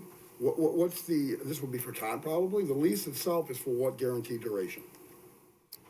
I have not reviewed the lease, so I cannot comment on that. It goes to 2030, and at that point, if he's not abandoned the lease or it's been negated by any of the terms, then we would actually quit claim the property to him. All right, so ultimately you would have ownership at the end, which is a good idea. Now, what happens, I'm not saying you do this, sir, what happens if he does nothing for the next 3 years? There's a term in there regarding abandonment. I believe it was a 6-month abandonment period. If he's not present, then the lease can be terminated. So what if he's present but not making improvements? I guess that's the question. Yeah. That I have from the councilman who's in that district. And I'm not saying you would do that, sir, but we gotta cover every base, you know. Would that be a claim of abandonment, the fact that they, in other words, is there any performance? It's 10.1. Sorry, Chris was the crafter of this lease, so Todd's trying to find that section, but can you restate your question again, Councilman? So, yeah, I mean, is there any performance based, you know, such and such, it has to be opened by such and such a date, it has to be an occupancy. There's nothing of that nature in the lease in terms of dates or targets or performance metrics, just the abandonment paragraph, again, that if he's not operating or present on the property for 6 months, we can consider it abandoned, and that he's vacated the Cassidy house. I think this thing is said in a reasonable time and fashion. I don't know, but I read it extensively. What he's looking for, it says work needs to be done in a reasonable time, and that reasonable time is what is the gray area.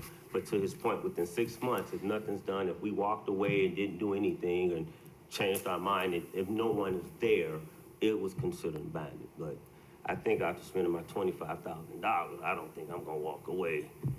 after 6 months. That's what I'm assuming too, absolutely. So, I mean, Caesar?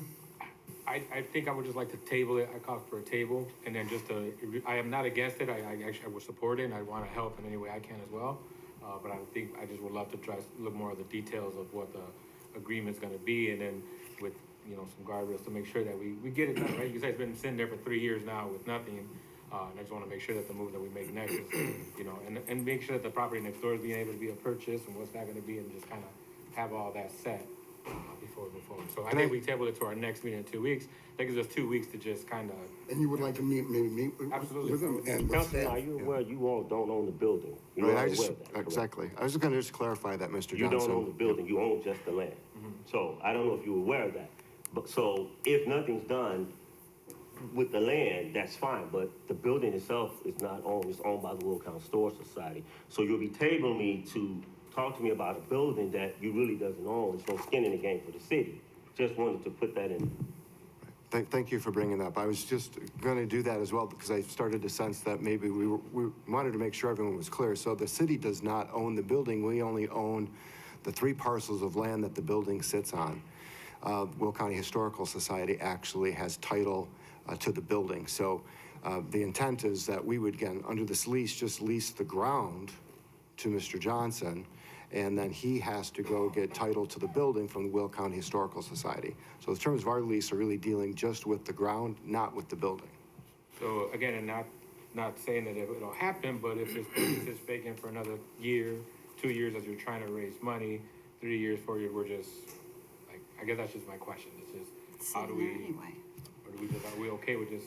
Again, I think that's the as Councilwoman Quillman reminded us from their committee discussion, that's went through this conversation, got to that point to say, again, it's vacant. There's no performance on it right now. Any improvement and investment that Mr. Johnson makes is advancing that building forward. Again, he can't answer today all the questions for phases 2 and 3 of where the funding will come from until he can get through phase 1. And again, he's here and ready to go. There isn't anybody else ready to put any energy or money into that project. I have a quick question. So this lease is till 2030? So that ties that property up. What if someone else came along and we don't have the performance markers in place? I mean, I like the project and I think your passion is great, don't get me wrong. But what if we went 12 months with a review? Because we've seen this sit for 3 years and someone had the passion before to do something with it. And now here we sit 3 years later. And I don't want to stop the project. But I do want to put some markers in there that, like Larry said, we need some performance bonus, performance measurements, I should say, not bonuses. We'd love to help you raise the money too, don't get me wrong.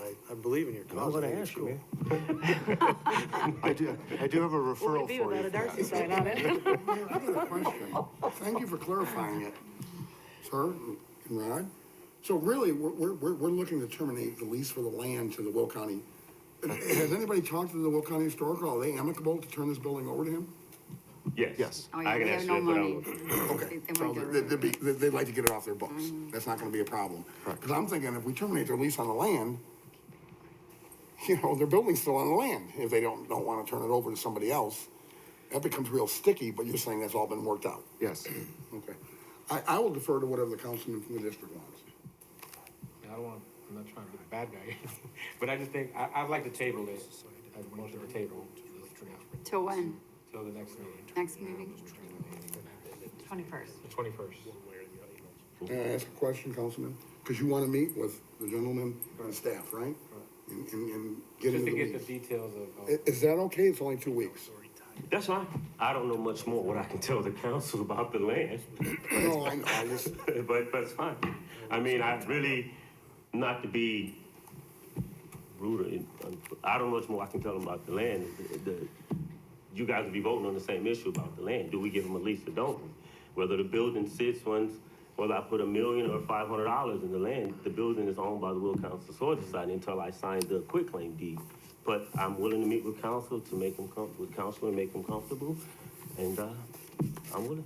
thank you, because I really believe a happy district representative, makes for a happy district. Yes, sir. And that's why I like to defer. So if you make the motion, I'll give you a second. Just one more clarification too, just so everyone's clear. So the current lease we have with the Will County Historical Society is identical, and it goes to that same term of 2030. So while we're terminating that and then entering into a new lease, it's also effectively the same as if we were just transferring that lease to Mr. Johnson and bringing somebody into the conversation that has some funding, motivation, and plans to do something, which we don't have currently with our current tenant. I understand. The motion to table. Second.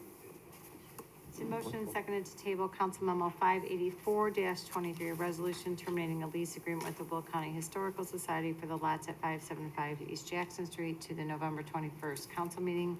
Councilwoman Coleman? No. Councilwoman Reardon? Aye. Councilman Cardenas? Aye. Councilman Clement? Aye. Councilman Guerrero? Aye. Councilman Hug? Aye. Councilwoman Navarro? No. Councilman Mudrin? Aye. Mayor Darcy? Aye. Motion carried 7-2. Council Memo 584-23 is tabled to the November 21st council meeting. Next is Council Memo, The one before that? that's 584, so next will be 585, so, which is a resolution authorizing the execution of a lease with the History on Wheels for the lots at 575 East Jackson Street. Do you want to make a motion to table that as well? Yes, motion to table. Second. It's been motioned and seconded to table Council Memo 585-23 to the November 21st council meeting. Councilwoman Reardon? Aye. Councilman Cardenas? Aye. Councilman Clement? Aye. Councilman Guerrero? Aye. Councilman Hug? Aye. Councilwoman Navarro? No. Councilman Mudrin? Aye. Councilwoman Coleman? No. Mayor Darcy? Aye. Motion carried 7-2. Council Memo 585-23 was tabled to the November 21st council meeting. Mayor, if I may, just in regards to these two items, because there was some question about the terms of what constitutes the abandonment clause, and since we'll be bringing this back in 2 weeks, could we bring it back with an amendment just to clarify the language on what constitutes the property being abandoned? For sure. Sure. Mayor, may I make a suggestion? And sir, I believe that you should be able to read the council. You've got strong support up here. We just don't want to see something that will hurt you and your organization or the city by doing the same mistake we did 3 years ago. We want to make sure things are just, the I's are dotted and the T's are crossed, and I think that's what Councilman Cardenas is doing. You got strong support, because I think it's a great idea. Thank you. You're welcome.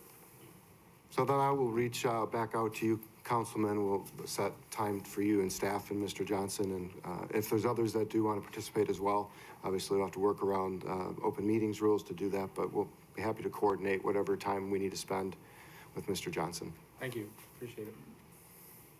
Next is Council Memo 586-23, a resolution authorizing execution of a lease agreement of Union Station at 50 East Jefferson Street with JBM Golf Properties LLC. It's recommended said resolution be adopted. So moved. Second. It's been motioned and seconded to approve. Councilman Cardenas? Aye. Councilman Clement? Aye. Councilman Guerrero? Aye. Councilman Hug? Aye. Councilwoman Navarro? Aye. Councilman Mudrin? Aye. Councilwoman Coleman? Aye. Councilwoman Reardon? Aye. Mayor Darcy? Aye. Motion carried. Council Memo 587-23, a resolution approving and authorizing execution of an extension of a pre-development loan agreement with Riverwalk Homes LLC for an amount not to exceed $2 million for a period of 24 months at a rate of 6%.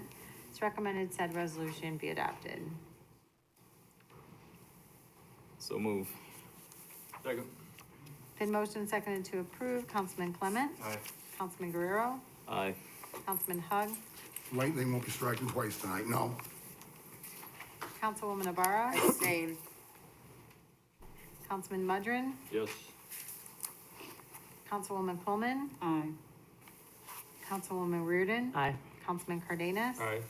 Mayor Darcy? Aye. Motion carried, 7 ayes, 1 no, and 1 abstention. Council Memo 588-23, a resolution authorizing execution of a cost-sharing agreement with Centerpoint for a PACE bus Route 511. It's recommended said resolution be adopted. So moved. Joe, Sorry, I asked yesterday, Rod, I don't know if we end up getting the answer. Beth is here. Oh, she here? Ms. Oh, there. Gonzalez is here, yep. My question yesterday was, how many people does this provide rides to? It's needed, I'm sure, and it provides rides into all the jobs that are down there on the south end. That was the question. And I did bring some data for you. Our most current data goes back to August, so we don't have anything from where our peak season starts for working down there. 10 to 15 riders a day. You're doing one run in the morning, round trip, and then one in the afternoon. That numbers could tick up with peak seasonality. August is not peak seasonality. Also, before COVID, we had more ridership, so it's been growing since then, but, we saw a dip, just like we did with most of our routes. Thank you. Any other questions? Thank you. There was a motion to approve. Is there a second? I'll second it. It's been motioned and seconded to approve Council Memo 588-23, a resolution authorizing execution of a cost-sharing agreement with Centerpoint for Pace Bus Route 511. Councilman Guerrero. Aye. Councilman Hug. Aye. Councilwoman Navarro. Aye. Councilman Mudrin. Aye. Councilwoman Coleman. Aye. Councilwoman Reardon. Aye. Councilman Cardenas. Aye. Councilman Clement. Aye. Mayor Darcy. Aye. Motion carried. Next is the city manager's report. Great, thank you, Krista. Just one thing that I wanted to bring to your attention today and to the communities is an update on the senior and disabled snow removal program that we run each year. So as you're aware, we had the sign up for that open, and we had 314 people sign up for the program this year, which is the most that we've ever had. Up to the close date for that sign-up period, we've now know that there were still others that were interested, even though the program sign-up period had closed. So we reevaluated it. We have a budget amount. We think that we can add another additional 25 people to the program. So just letting everyone know that we're going to reopen sign-up for the snow removal program for seniors 62 plus and disabled individuals next Tuesday. Sign-up will be here at City Hall, effective starting at 8 a.m. and it'll be closed after 25 people are added to the list. And if people are interested in coming for that, you do need to bring your ID, address verification, and proof of disability if needed. So, update, hopefully we'll get 25 more signed up. It'll be the biggest program that we've had for that in the handful of years that we've been doing it. That's all I have. Next is public comments. Jim Lanham. Back again.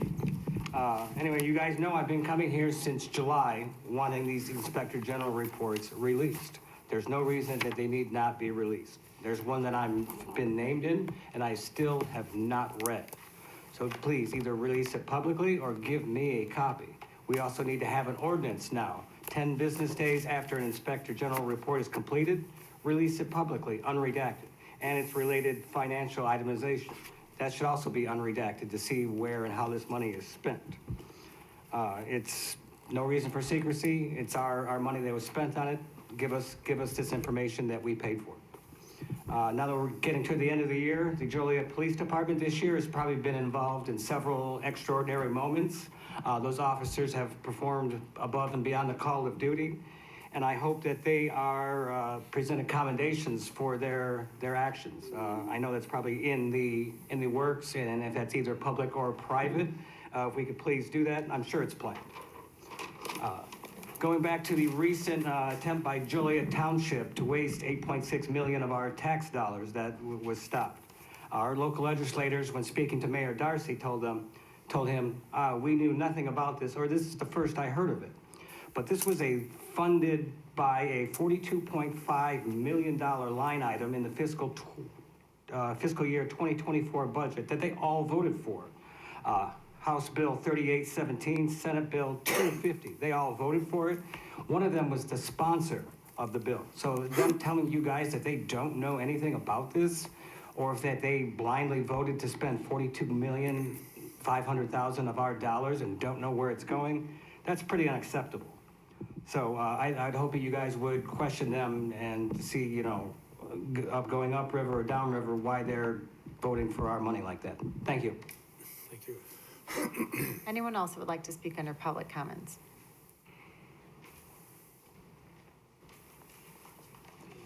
Okay, good evening, everyone again. My name is Kamlesh Patel, and I'm the building owner where the liquor store was proposed. I'm here to just suggest, that is there any counteroffer or some creditworthy tenant before he leaves? I mean, is there some proposal that you want to reconsider so he can resubmit the application? So I don't know the application contents, what he filled out exactly, but if there is any reconsideration, if you can shed any light, then I think, you can talk to him. Otherwise, it will sit empty. Empty buildings bring more crimes than at least having some activity and some business. So this is all that I have to say. Thank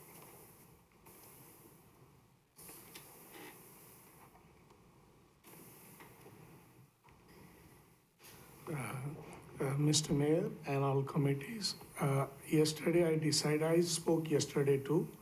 The square footage is almost 6,000 square feet. And I know I cannot afford to put all the liquors, but he have the rented place to me. So I say in the future, I can do the grocery and everything more. But if you give me the chance, I can go 30% liquor beer, 70% meat, produce, and full line of the grocery, 40%, whatever your offer, I can accept. And I can come in the community for the business. Anybody have a question?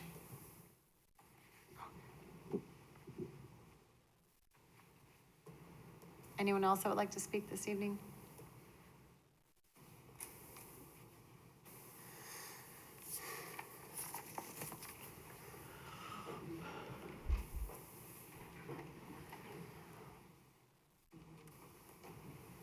Hi there. My name's Andrea Miller. I work at St. Joe's. I work in the Labor and Delivery Department. I've been there for 28 years, and I have always loved my job. We can no longer function without agency help. That's calling help outside the hospital to come in to help staff our units. Our staffing is so tight that if somebody calls off sick, it's absolutely crippling to our units. It's very dangerous. People are getting hurt, both staff and patients. I'm afraid people are gonna die. We're losing staff left and right because we're underpaid the market value. The short staffing is very uncomfortable and scary to work through, both for RNs and for patients. I don't wanna work when I can't provide good care for my patients. The guilt that you carry when you are underserving your patient is awful. It's an awful feeling and it carries with you. Now we're hearing rumors that they'll possibly be closing our unit. Where's Joliet gonna go to have their babies? I don't know if that's something that's even a possibility for them to close our unit, but we are no longer gonna be able to function. Our hiring efforts are not effective because we are not competitive with pay. I've been there for 28 years and I had always intended to work there until I retired, but now I'm reconsidering. I'm concerned that the circumstances I've been putting myself into are gonna cost me my license. We need help. Based on what Andrea has said, I just want to speak to, she brings up a good point. And I even had conversations with people in the gallery this evening where I had to defend, and I'm gonna say my nurses, because we are family over there and we are all about taking care of our patients. I had to do that tonight in here. And it breaks my heart. We as the nurses are not the responsible party in this situation. We go to work, we do the best we can.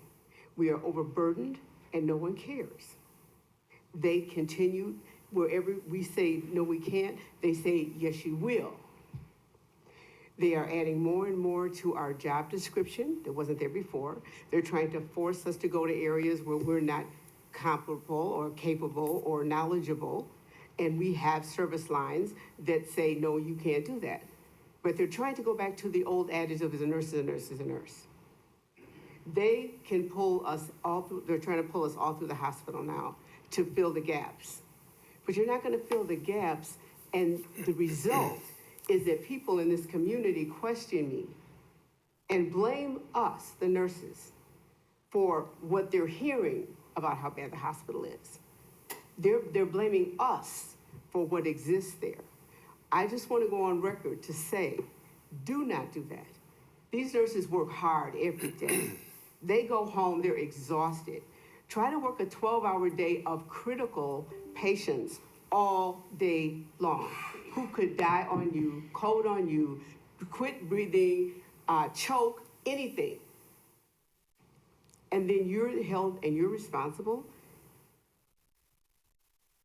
And your ability as a nurse is questioned. Do not let Ascension St. Joseph Medical Center berate our nurses. They work hard, they're dedicated. This is their mission, and it is their profession, and it is their license. And they're fighting like, I want to say hell, so I shall. If that's okay, forgive me, to take care of our patients as best as they can. So please, thank you. Hi, I'm Robin Richards, and normally I don't say anything because Pat is very good at stating the facts. I'm about to have my 22nd anniversary at St. Joe's. This is becoming very personal for me only because, and not a lot of people know this, my mother was a student nurse educator over at the St. Joe's College of Nursing, where it used to be, which now our West Tower is. So I spent a lot of time at the hospital. I used to roam the halls with my twin sister. I knew where all the good pop machines were, all the good vending machines were. I remember back then watching the nurses in their caps, walking around, a lot of smiling. Don't see that anymore. As I said, I'm about to have my 22nd anniversary. My daughter is a nurse there now too. She is about to have her 3rd anniversary, and she is burning out already. She says the same thing I do. I stay for the people I work with. And that's the main reason I stay. I still remember the time being a kid, seeing all the happy things, the good things. Even when I first started back in 2002, things were different. We had all of our rooms were double occupancy patients, so 2 patients to a room. Things ran a lot more smooth then than it is now. Everything's breaking.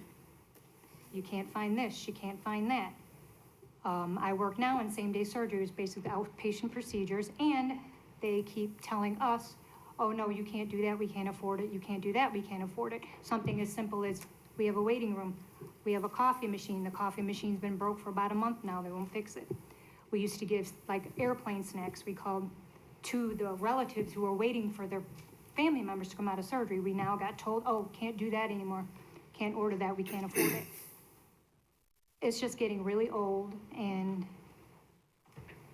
even today, which Pat didn't say, our negotiations, we ended up doing virtual because they screwed up the date. So we had to do it virtual, so we decided to do it at our hospital. They refused to talk to us until we left the hospital, even though we did negotiations back with them in 2020 on site. But they refused to talk until we left. So we had to go to a restaurant, Jameson's, nice restaurant. They were nice enough to let us use their back room before they would even consider talking to us today. That's the games they're playing, that's the games I'm tired of. I work with a lot of wonderful nurses who my mother taught, who are awesome. They're gonna be retiring soon. I'm gonna be left. The new grads are gonna be left. But if they're burning out already, are they gonna stick around? I am really concerned. It's starting to get personal, it's starting to get more aggravating, and something just happens to be done. But as I said before, we're not gonna break. No matter what they try, no matter what they do, there will always be some of us to stand up to them. Hi, everybody, Beth Corsetti. Speaking just to kind of piggyback off of what my fellow nurses said about Ascension, I was just appalled today. I've been at almost every single bargaining session since we began, I don't even know when, feels like a year ago. And I couldn't even believe that they wouldn't even speak to us in the building that they own. They wouldn't even speak to us. We had to leave. That's, like Robin said, that's the games that they're playing. Really quick, just on the other side of it, I'm a nurse educator now, so I have students that I bring to the hospital that come with me. And it's scary because nobody wants to work there. They're not doing anything to incentivize, if I said it correctly, the students to come there. The pay is just so low. The bar is set so low, honestly, for the staffing grid and the things that my students see. It's scary. I mean, my fellow nurses are very happy to see us because we can help pass meds. We can help answer call lights. We can help, whatever they need help with, we can help. So they're always happy to see us come. Not everybody's happy to have students, but the nurses are because that's how much we need help right now. So I know, I really just wanted to put this out there. We had another strike vote, we're willing to do what it takes. IDPH came, they came again. And you know what Ascension did? They staffed us with agency nurses. So every time they come, we have staffing every single time. See, they don't do those surprise, they give them a heads up. They That's must. what's always bothered me. They must get something in their ear because And every time. Joint Commission as well. Yeah, it's. I get it. Yeah, Joint Commission too. But yeah, when we walk in, we actually see that we're staffed. We're like, is IDPH here? Because I have something to say to them. I file a grievance almost every single day with IDPH. So, but thank you again for all your support. But we did go ahead and hold another strike vote. So we, the nurses at St. Joe's, we're not going to break with Ascension. We're still here for our community, and we're going to still stand strong. We know you guys got our backs, and we just want to keep the people of Joliet and the surrounding areas that we serve informed of what's continuing to happen at the hospital and the communities that we serve. We're trying. Well, just know from our side, we appreciate you, we support you. I'm not sure what I can do to help, but I'll do whatever I can to help. We all have a history of that hospital, and that's our hospital. We need you. And I know how difficult your positions are now. Even in the best of times, the role of a nurse has gotten so much pressure that, Our job descriptions are changing because our management teams are leaving, supervisors are leaving. It's getting to really be ridiculous.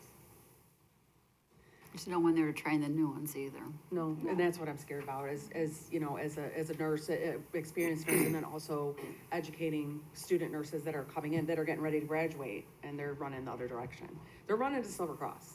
Silver Cross holds hiring events. They're holding like open interview event for new grads, sorry, which is amazing. As far as what you can do, I mean, it's pretty much what you all done is support us, when we're out on the line. If we have to do, if we have to be out there again, we'll be out there as many times as it takes. We appreciate it. So Are you finding that the patients are afraid to come?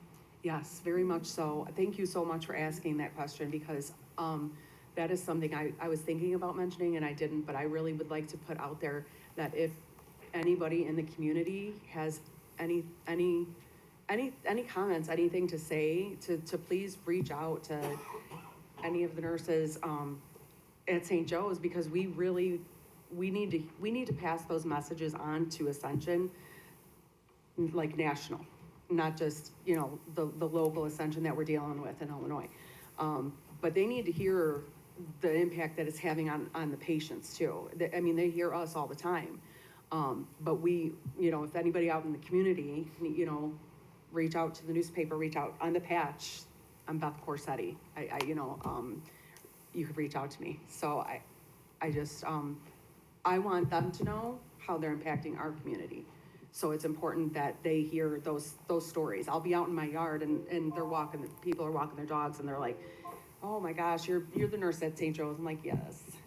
So I want to be like, yeah, that's, yes, I am, but it's usually not a good thing. He had, Maybe we could get a headline saying patients in Joliet are afraid to go to St. Joe's Hospital Ascension, and maybe that will get their attention. Exactly. How about their nurses are even afraid to be patients at Yes. Their nurses, yes. Whole big story. Yes. Hey, Bob. Yep. Hi, Bob. Okay, thank you. We're having a fundraiser tomorrow at the dock all day. All proceeds, all day will go, 20% of the proceeds will go towards our strike fund, so everybody's invited. Where is that again? I'm sorry, did you The repeat? dock. Oh, Inwood, okay, Inwood. Jefferson, gotcha. Thank you. Thank you. Anyone else that would like to speak under public comments? Good evening. Larry Crawford, 613 North Hickory Street. You can come over and check my sidewalk off. It's falling apart. Sometime back, we were looking for a report in regard to what was happening with the trucks that are going down 80 and stuff. And Lewis University did some environmental studies and determined that there's a lot of stuff that's kind of, excuse my expression, kind of crapped out in the economy of all that traffic and what's happening to our breathing air, as it might be. And I was glad to see that study, and I hope that it's substantial enough that you guys will somehow take note of that. But I say that in the economy of coming back again and asking you to be my representation. It looks like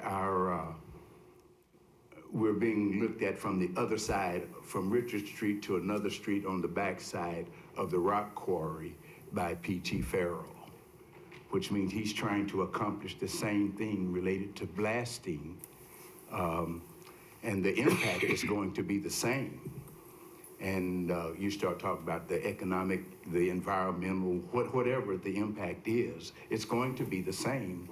And what it appears that they're trying to do is say, well, since the city won't give us permission to do that, then we'll go to the county and ask them to give us the leeway to do what we intend to accomplish by blasting and in that same rock quarry that's on Richard Street. I guess it may be my assumption that that our council said we don't want you to do that. So if that's where it is, I'm asking you to represent your constituents and go to Will County Land Use Committee and speak up for the position that we have on that. I could try to go there and have a voice, but I think that the weight of your voice is going to be a lot more effective than Larry Crawford going in there. And as our council, representing all of our constituents, all of your constituents as it might be, I'm requesting that you be the people who go to Will County Land Use Committee and let them know that we don't want that because of the impact that has been substantiated, proved, and looked at with the research that they've done at the universities, Lewis and others, that says, hey, the environmental impact is something that you really have to be concerned about. So I'm just requesting that. Please take that into consideration. I'm also, since I got a few more seconds left, I'm just kind of excited about what Mr. Johnson's trying to accomplish with that African American History Museum that was really, that sat idle for maybe, whatever, 3 years. That was the thought that I thought, the plan that was initially going to be there. And I was kind of excited, and I was a little disappointed that all of these attachments that were there, I guess you didn't have a chance to look at the background and the history related to that. And so I can understand why you would table something based on your ignorance rather than your research.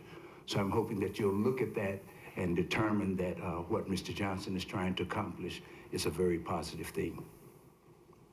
Thank you. Thank you. Anyone else?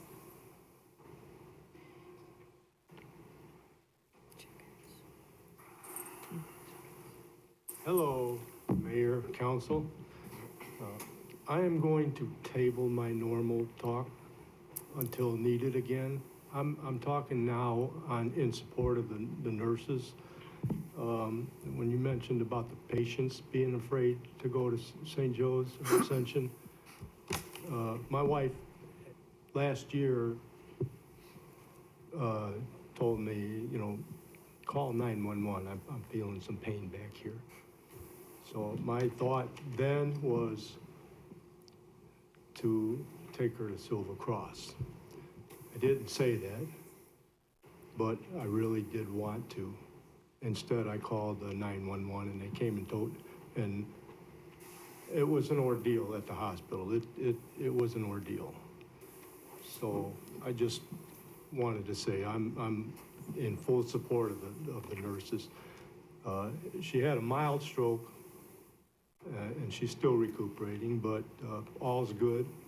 In the future, I'm thinking if something happens to me, I'll drive myself to Silver Cross until St. Joe's gets their act together. So support them. Thank you. Thank you. Anyone else? Seeing none, we'll move on to mayor and council comments. I go first. I just want to say, just to wish everyone a happy Veterans Day. And there's going to be, mention a few different celebrations that are going to be happening this Saturday. One of them is going to be a Veterans Day breakfast and celebration from 9 to 11 at 310 North Ottawa Street here in downtown Joliet. Another one that's going to be going on, that's going to be a really good one, is the Patriots Promise book signing by Master Sergeant Israel Del Toro. He's actually my uncle. The signing will be from 1 to 3 at the Joliet Area Historical Museum. He was injured battling in Afghanistan, burns to his body, 80% of his body, lost his hand, lost a lot of, they gave him a 50% chance of survival. He survived because he promised his son he wouldn't let him grow up without a dad. So, you know, he had a 50% chance of survival, and he's gonna be here in Joliet. He was originally from New Lenox, Joliet, and then now lives in Arizona, but he's gonna be here doing a book signing at the Joliet Historical Museum, so I encourage everyone to come out and get to meet him and hear his story. And then we also have the tribute to Sandy Sanchez at his statue at the corner of Collins and Parks. That's gonna be going on from 3 to 5, or Ohio, sorry, Collins, Ohio. And so and then I know I'm missing the other celebrations that are gonna be happening. There's gonna be many out there. So I just wanna thank everyone for their service, and I hope to see everyone out this weekend supporting our veterans. Thank you. I just want to touch briefly just on the snow removal. Are we ready to go? You know, it comes up quick. No one wants to talk about snow, but I want to make sure that the city's ready to go. Yeah, we believe so. We're watching long-term forecast, obviously. Excuse me, with the V boxes on a number of the trucks already, so I think we've got ourselves into a hole. We should be good. Do you know off the top of the head how many trucks we have out there? Do you know that? I don't have that number. Okay. I think it's around 40, but I can give you the specific. Thank you. Again, so I'd like to reiterate, it says I kind of beat me to the punch here, but yes, November 11th, we'll be having, in addition to the proclamation that was read tonight, we'll have a small event honoring the legacy of Cesar Sanchez at his memorial statue, again on Collins in Ohio. We'll be there, program starting at 3 o'clock, but get there, you know, a bit early, and we'll have some time to gather and discuss. And so Amy Sanchez, who was here earlier to receive the proclamation, has really put in the legwork to make this event happen. So I want to thank her for that. I'll be there as well myself. And I'll say that this last Saturday, I attended the 15-year anniversary of Taqueria Satotonilco. I know that's hard for everybody to say, so I'll say it again slowly by syllable. That's A-to-to-nil-co. So Scotty had invited us, Scotty Munoz, was happy to be there. His family and my family actually know each other from many decades ago. And they were celebrating 15 years in business. They've got, Totonilco has multiple locations across the Chicagoland area. Here in Joliet, they've been here for 15 years. And one thing that stuck with me that he mentioned is that, you know, he's happy with the roots that he's put down here in Joliet, and that he intends to stay here for the foreseeable future, for as long as he can.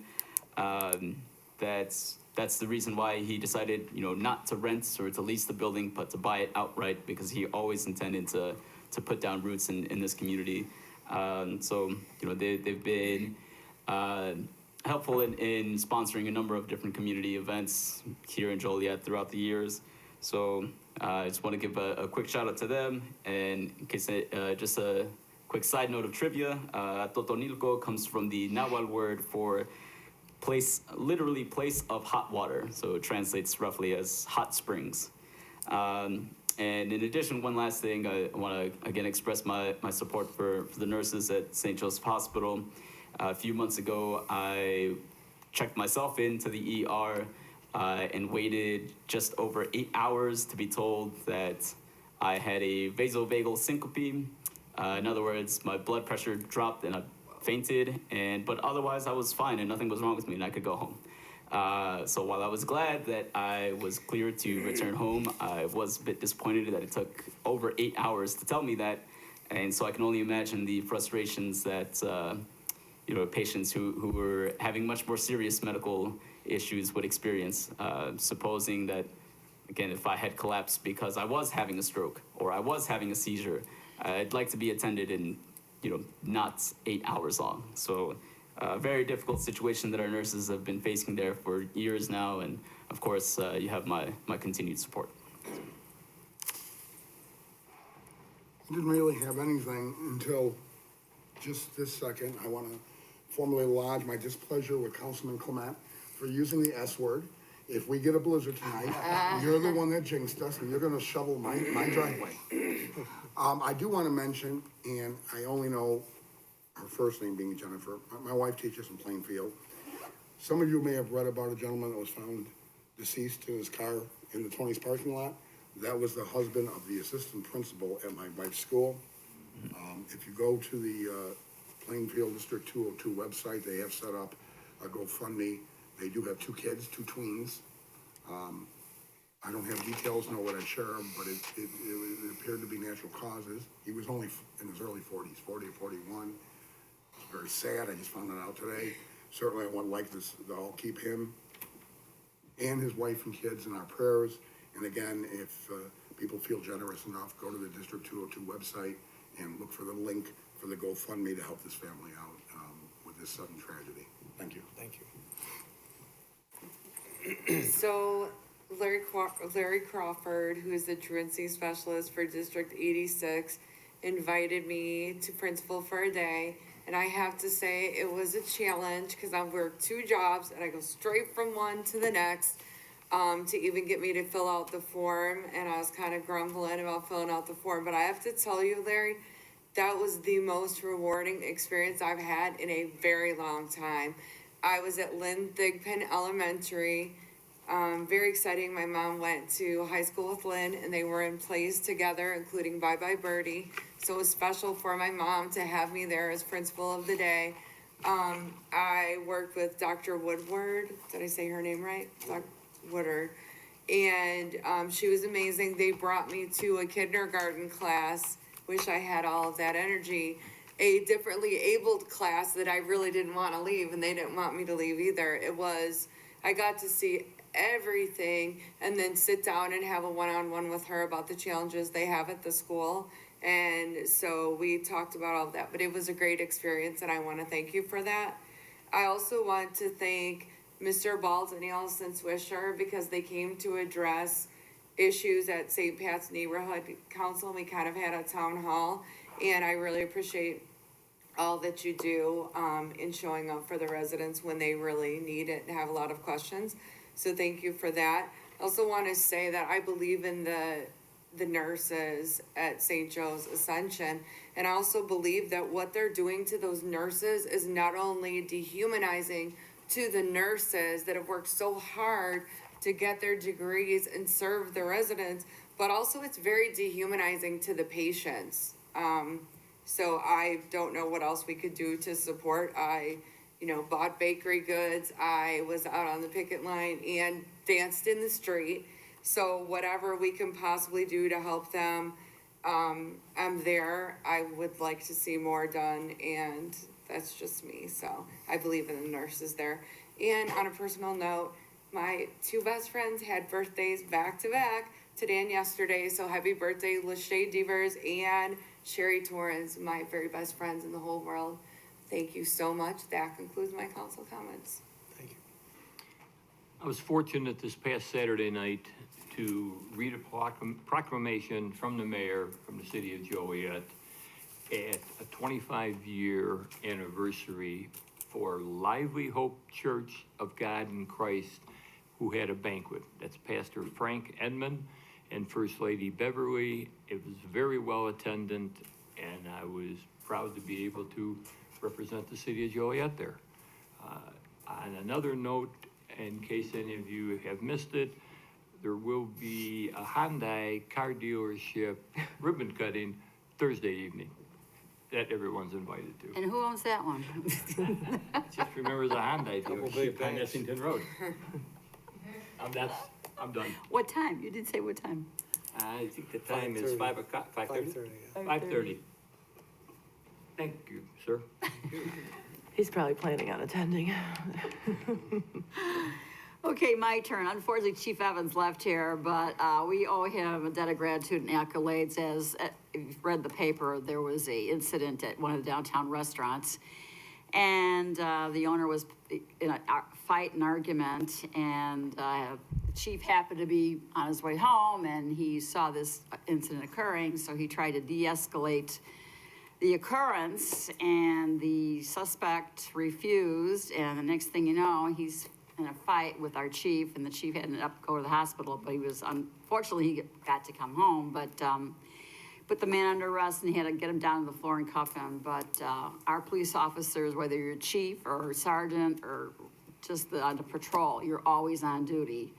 And, you know, he did a great job to try to do it nice in the first place, but then the guy, when he punched him, then it escalated further. So we owe a lot to our chief and all our police departments. And on another note, El Tonico does have wonderful food. I've been there many times. Did I get it right? Yes, I'll take it. I don't have that accent. But again, I support the nurses. Believe me, I know what they're going through because I was fortunate to leave my former job because of the same thing that's happening at St. Joe's. So I'm going to leave it at that. But I know what they're going through. It's degrading. You want to be a nurse, but you can't take care of everybody at the same time. And when you're putting your patients at risk, and it's on you, it's on your license, something happens, they're not going to stick up for you. It's on you. So I left before something bad happened. But I'll always support them, and I wish there was more that we could do, because I think what the hospital is trying to do is break the union, and that's my main thought. But anyway, we'll have to support them and do what we can. There's not much, but we'll just have to keep giving them support and hoping that things will work out. Otherwise, Silver Cross is going to be the only hospital that we have around here that's close enough for all of Joliet. So, hate to see it happen, but you don't know. Be well and stay safe, everybody. And happy Veterans Day to all the vets. I'm sorry. I'm joking. I know, but I do appreciate all of those guys. And if you know a veteran, have them sign up for Honor Flight Chicago. You've probably seen it on TV lately. I was a flight nurse for 3 flights, and it is an amazing day for our veterans, and they well deserve it. Thank you. I'm done. Pass it on. Okay. We heard earlier from our fire chief, Carrie, in the public safety meeting about the great success that we're having with our mental health program, ThriveWorks in Joliet. I just want to remind everybody and tell everybody, I tell people all the time and they've not heard it, and it's a free service to all Joliet residents. Please take advantage of this great program if you're feeling the need at all. Seeking mental help is not a sign of weakness. Nobody is an island. We all need help from time to time. Do yourself, do your family, and do your friends a favor. Get the help if you're feeling you need it in any way. It's so easy to do. You can go online to ThriveWorks, which is ThriveWorks.com. They'll do an appointment by phone. They'll do it by I can't think of where, you know, where you're, looking at the. Zoom, I couldn't think of it. Yeah, or you can do it in person, and their location is on Essington Road in the Silver Cross Building. But it's a great program, it costs you nothing. Please take advantage of it if you feel like you're needing that help, and that's it. Thank you. My turn. First, I too would like to extend my heartfelt appreciation to all our veterans and our current servicemen and women. You know, we are the home of the free because of the brave, and it's because of what they've done that we're all sitting here being able to do what we do, and we can't thank them enough. Believe it or not, this is our second 90 days together. And every 90 days, I extend our committee appointments, so we're going to continue that for another 90 days. I think everything's working pretty good. Pat, you okay with that? Oh, it's wonderful, Mr. Mayor. Anyway, I thank everyone for all their efforts here on the dais. I too was principal for a day, Larry. That was one of the best things I've ever done, and I wish I would have done it before that one. But Sanchez, the largest elementary school in Joliet, is one of the finest run places I've ever seen. I was taking notes. That place was so clean and well run and organized, and it was just a great time for me to do that. Another thing that I want to talk about is a group of us with the chamber went to Washington, D.C., and we spent a couple solid days meeting with a lot of our federal leaders, Congressman Foster, Congressman Jackson, Congresswoman Kelly, Congressman LaHood's team, Senator Duckworth. And I'm going to stop on her a second. And Larry, I'm going to take note to what's going on with the air here in Joliet, and it's because we've got so many trucks. Our air pollution is heavy. And Senator Duckworth and I have had 2 conversations now about the hydrogen investment that the federal government's about to make, and we're trying to get a hydrogen hub here in the Joliet-Elwood area that would then be a hydrogen production place. And Hyundai has got hydrogen semi-trucks that they're running in 3 different parts of the world, Switzerland, Israel, and Northern California, and I have a connection there that we could hopefully one day get the production and the trucks here to clean the air up for all the trucks that are running around on us. It was a very productive trip, and I thank the chamber for putting that together. A couple other little things, we did a couple more stings on the vape shops. We got 3 new ones that sold underage, and we got 1 repeat offender. So we continue to go after them. We want the message out there, do not sell to our kids, 21 and over. That's how we're gonna go after it. You know, we also, we're at a press conference with the governor over the $1.3 billion IDOT work on I-80. And I gotta thank them for they continue to maintain the cadence of this thing. So we know what's coming at us and how to help transfer the traffic into some of our city and out. So they're really helpful in that regard. Went to a check signing, a check presentation for Continuum of Care, which got $2.3 million from HUD to be used over 3 years to help end the current homeless in our city. We have to end that. And it's such a wonderful opportunity for our city. Will Grundy Medical is part of that, Trinity Services, Cornerstone Services, and Holston Human Capital. So we've got a lot of opportunity. Only 32 communities in the whole country were awarded anything, and we were one of the biggest. So very thankful to HUD. They've become a good partner with us over the course of some time here. So with that, I'd like to thank everyone again for all their hard work and efforts and for the community's participation. Thank you. Is there a motion to adjourn? So moved. Second. Been motioned and seconded to adjourn. All in favor? Aye. Opposed? Meeting adjourned.